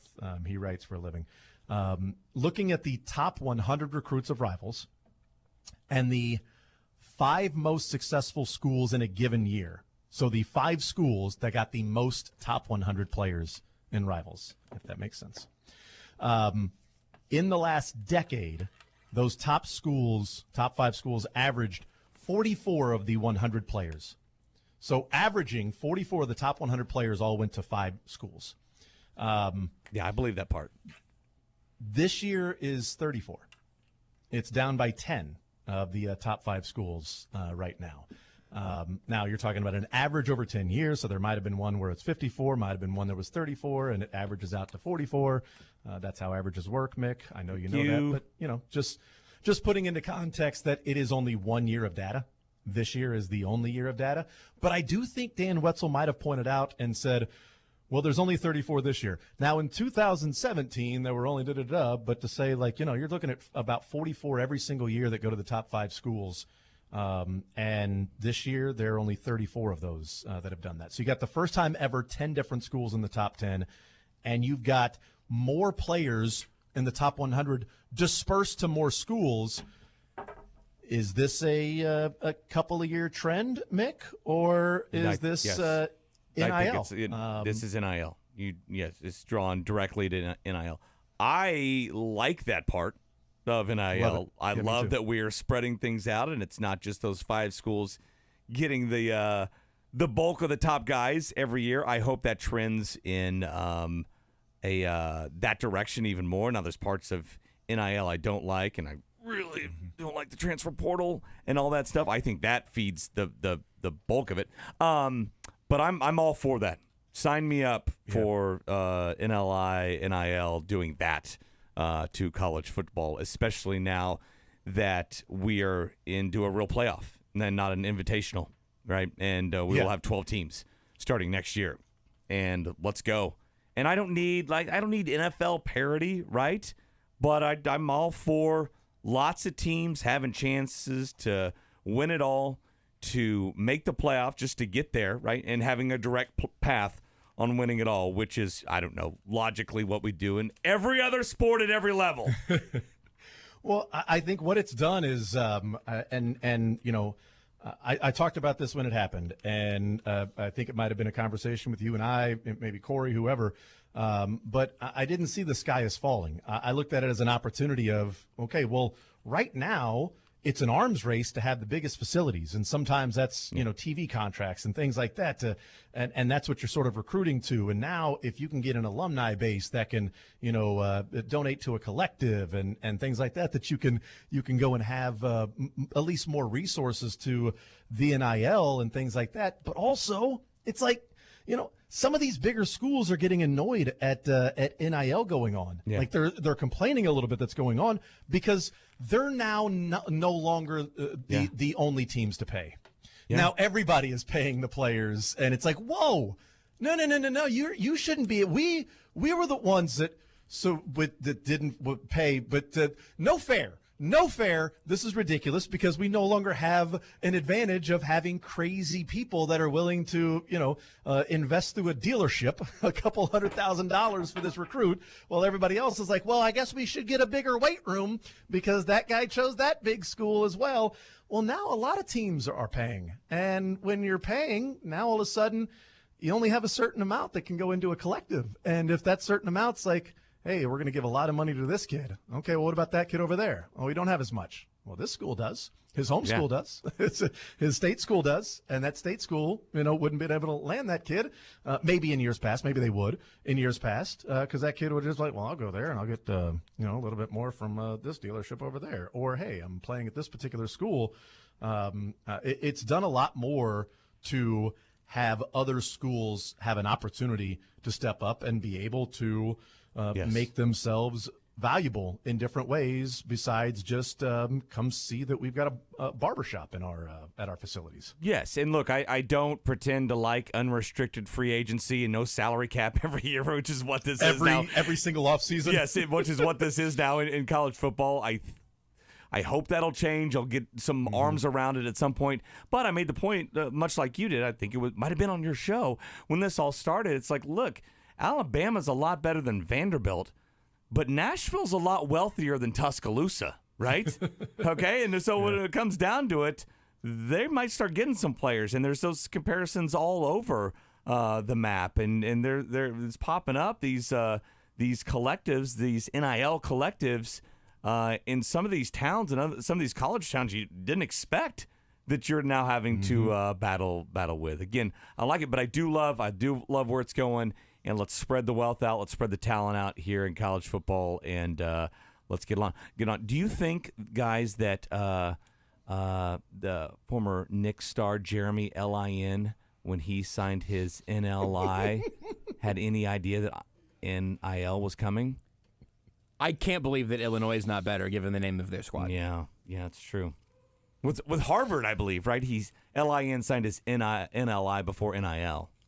Mm-hmm. Yeah. INL, that means I no lie detected. Mm-hmm. Sorry about that. Yeah. I couldn't think of an INL. I tried. I tried. It's the best I had. That's just the best I had. Did you see the quote from Eli Drinkwitz this morning? Eli. That said, damn it. That's right there. Son of a gun. Eli Drinkwitz said that a couple of their players, there were some schools that reached out with, quote, crazy numbers. And I'm like, well, that's kind of the game. Well, and were they one of them? Because they got a big old they got a guy to switch last minute. Right, yeah. You got some crazy numbers. You got the kid from Tennessee, Jaron Sensabaugh, that was supposed to go to Tennessee, and all of a sudden he went to Mizzou. I don't know, were there crazy numbers involved in the number 26 cornerback in the country? Courtney Crutchfield, the number 12 wide receiver in the country from Arkansas, that chose Missouri over Arkansas. And I'm not saying there's anything bad. Like Caden Green, he chooses Missouri over Oregon. I bet there was probably some zeros. Whatever may be heading Caden Green's name or way. And I don't think he was complaining like these people tried to reach out, and it was just like, hey, some crazy numbers that are being thrown around there. And I mentioned this earlier that credit to Lance Leipold and KU, because their top recruit, Deshaun Warner, who is the highest rated recruit in KU history from high school, highest rated high school recruit in KU history, that apparently last night Michigan and Ohio State started really coming after him. And he signed with KU today. So good for them and getting that player and what Lance Leipold is doing, because I don't know anything about Deshaun Warner or, his life and his priorities, but I would guess that if you're getting ready to sign with, Kansas football, and all of a sudden on the phone is Ryan Day and Jim Harbaugh, and they're trying to get you to go there, and maybe there's some money involved. I don't know. I think it might be difficult to go, no, I'm going to Lance Leipold, and they've been in on me for 2 years. Did we know that Jermaine Dye is about to have 2 kids play for KU football? He has one already. I did not know that. And DYE now. DYE. 2 of them. I did not know that. Wow. How about that? Yeah, Devin Dye. I see that. He was at Utah State. And his brother's transferring from Utah State, and there's already one at KU. That's awesome. Why didn't Corey Anderson tell us? He does pre and post for Utah State. Does he really? Or yeah, he does. He works like what a jerk, huh? Would it help if Corey told you to take a break? No, because we never did anyway. Right now, I'd be pointing at Dylan just to break while I was talking. Here, I'll do it.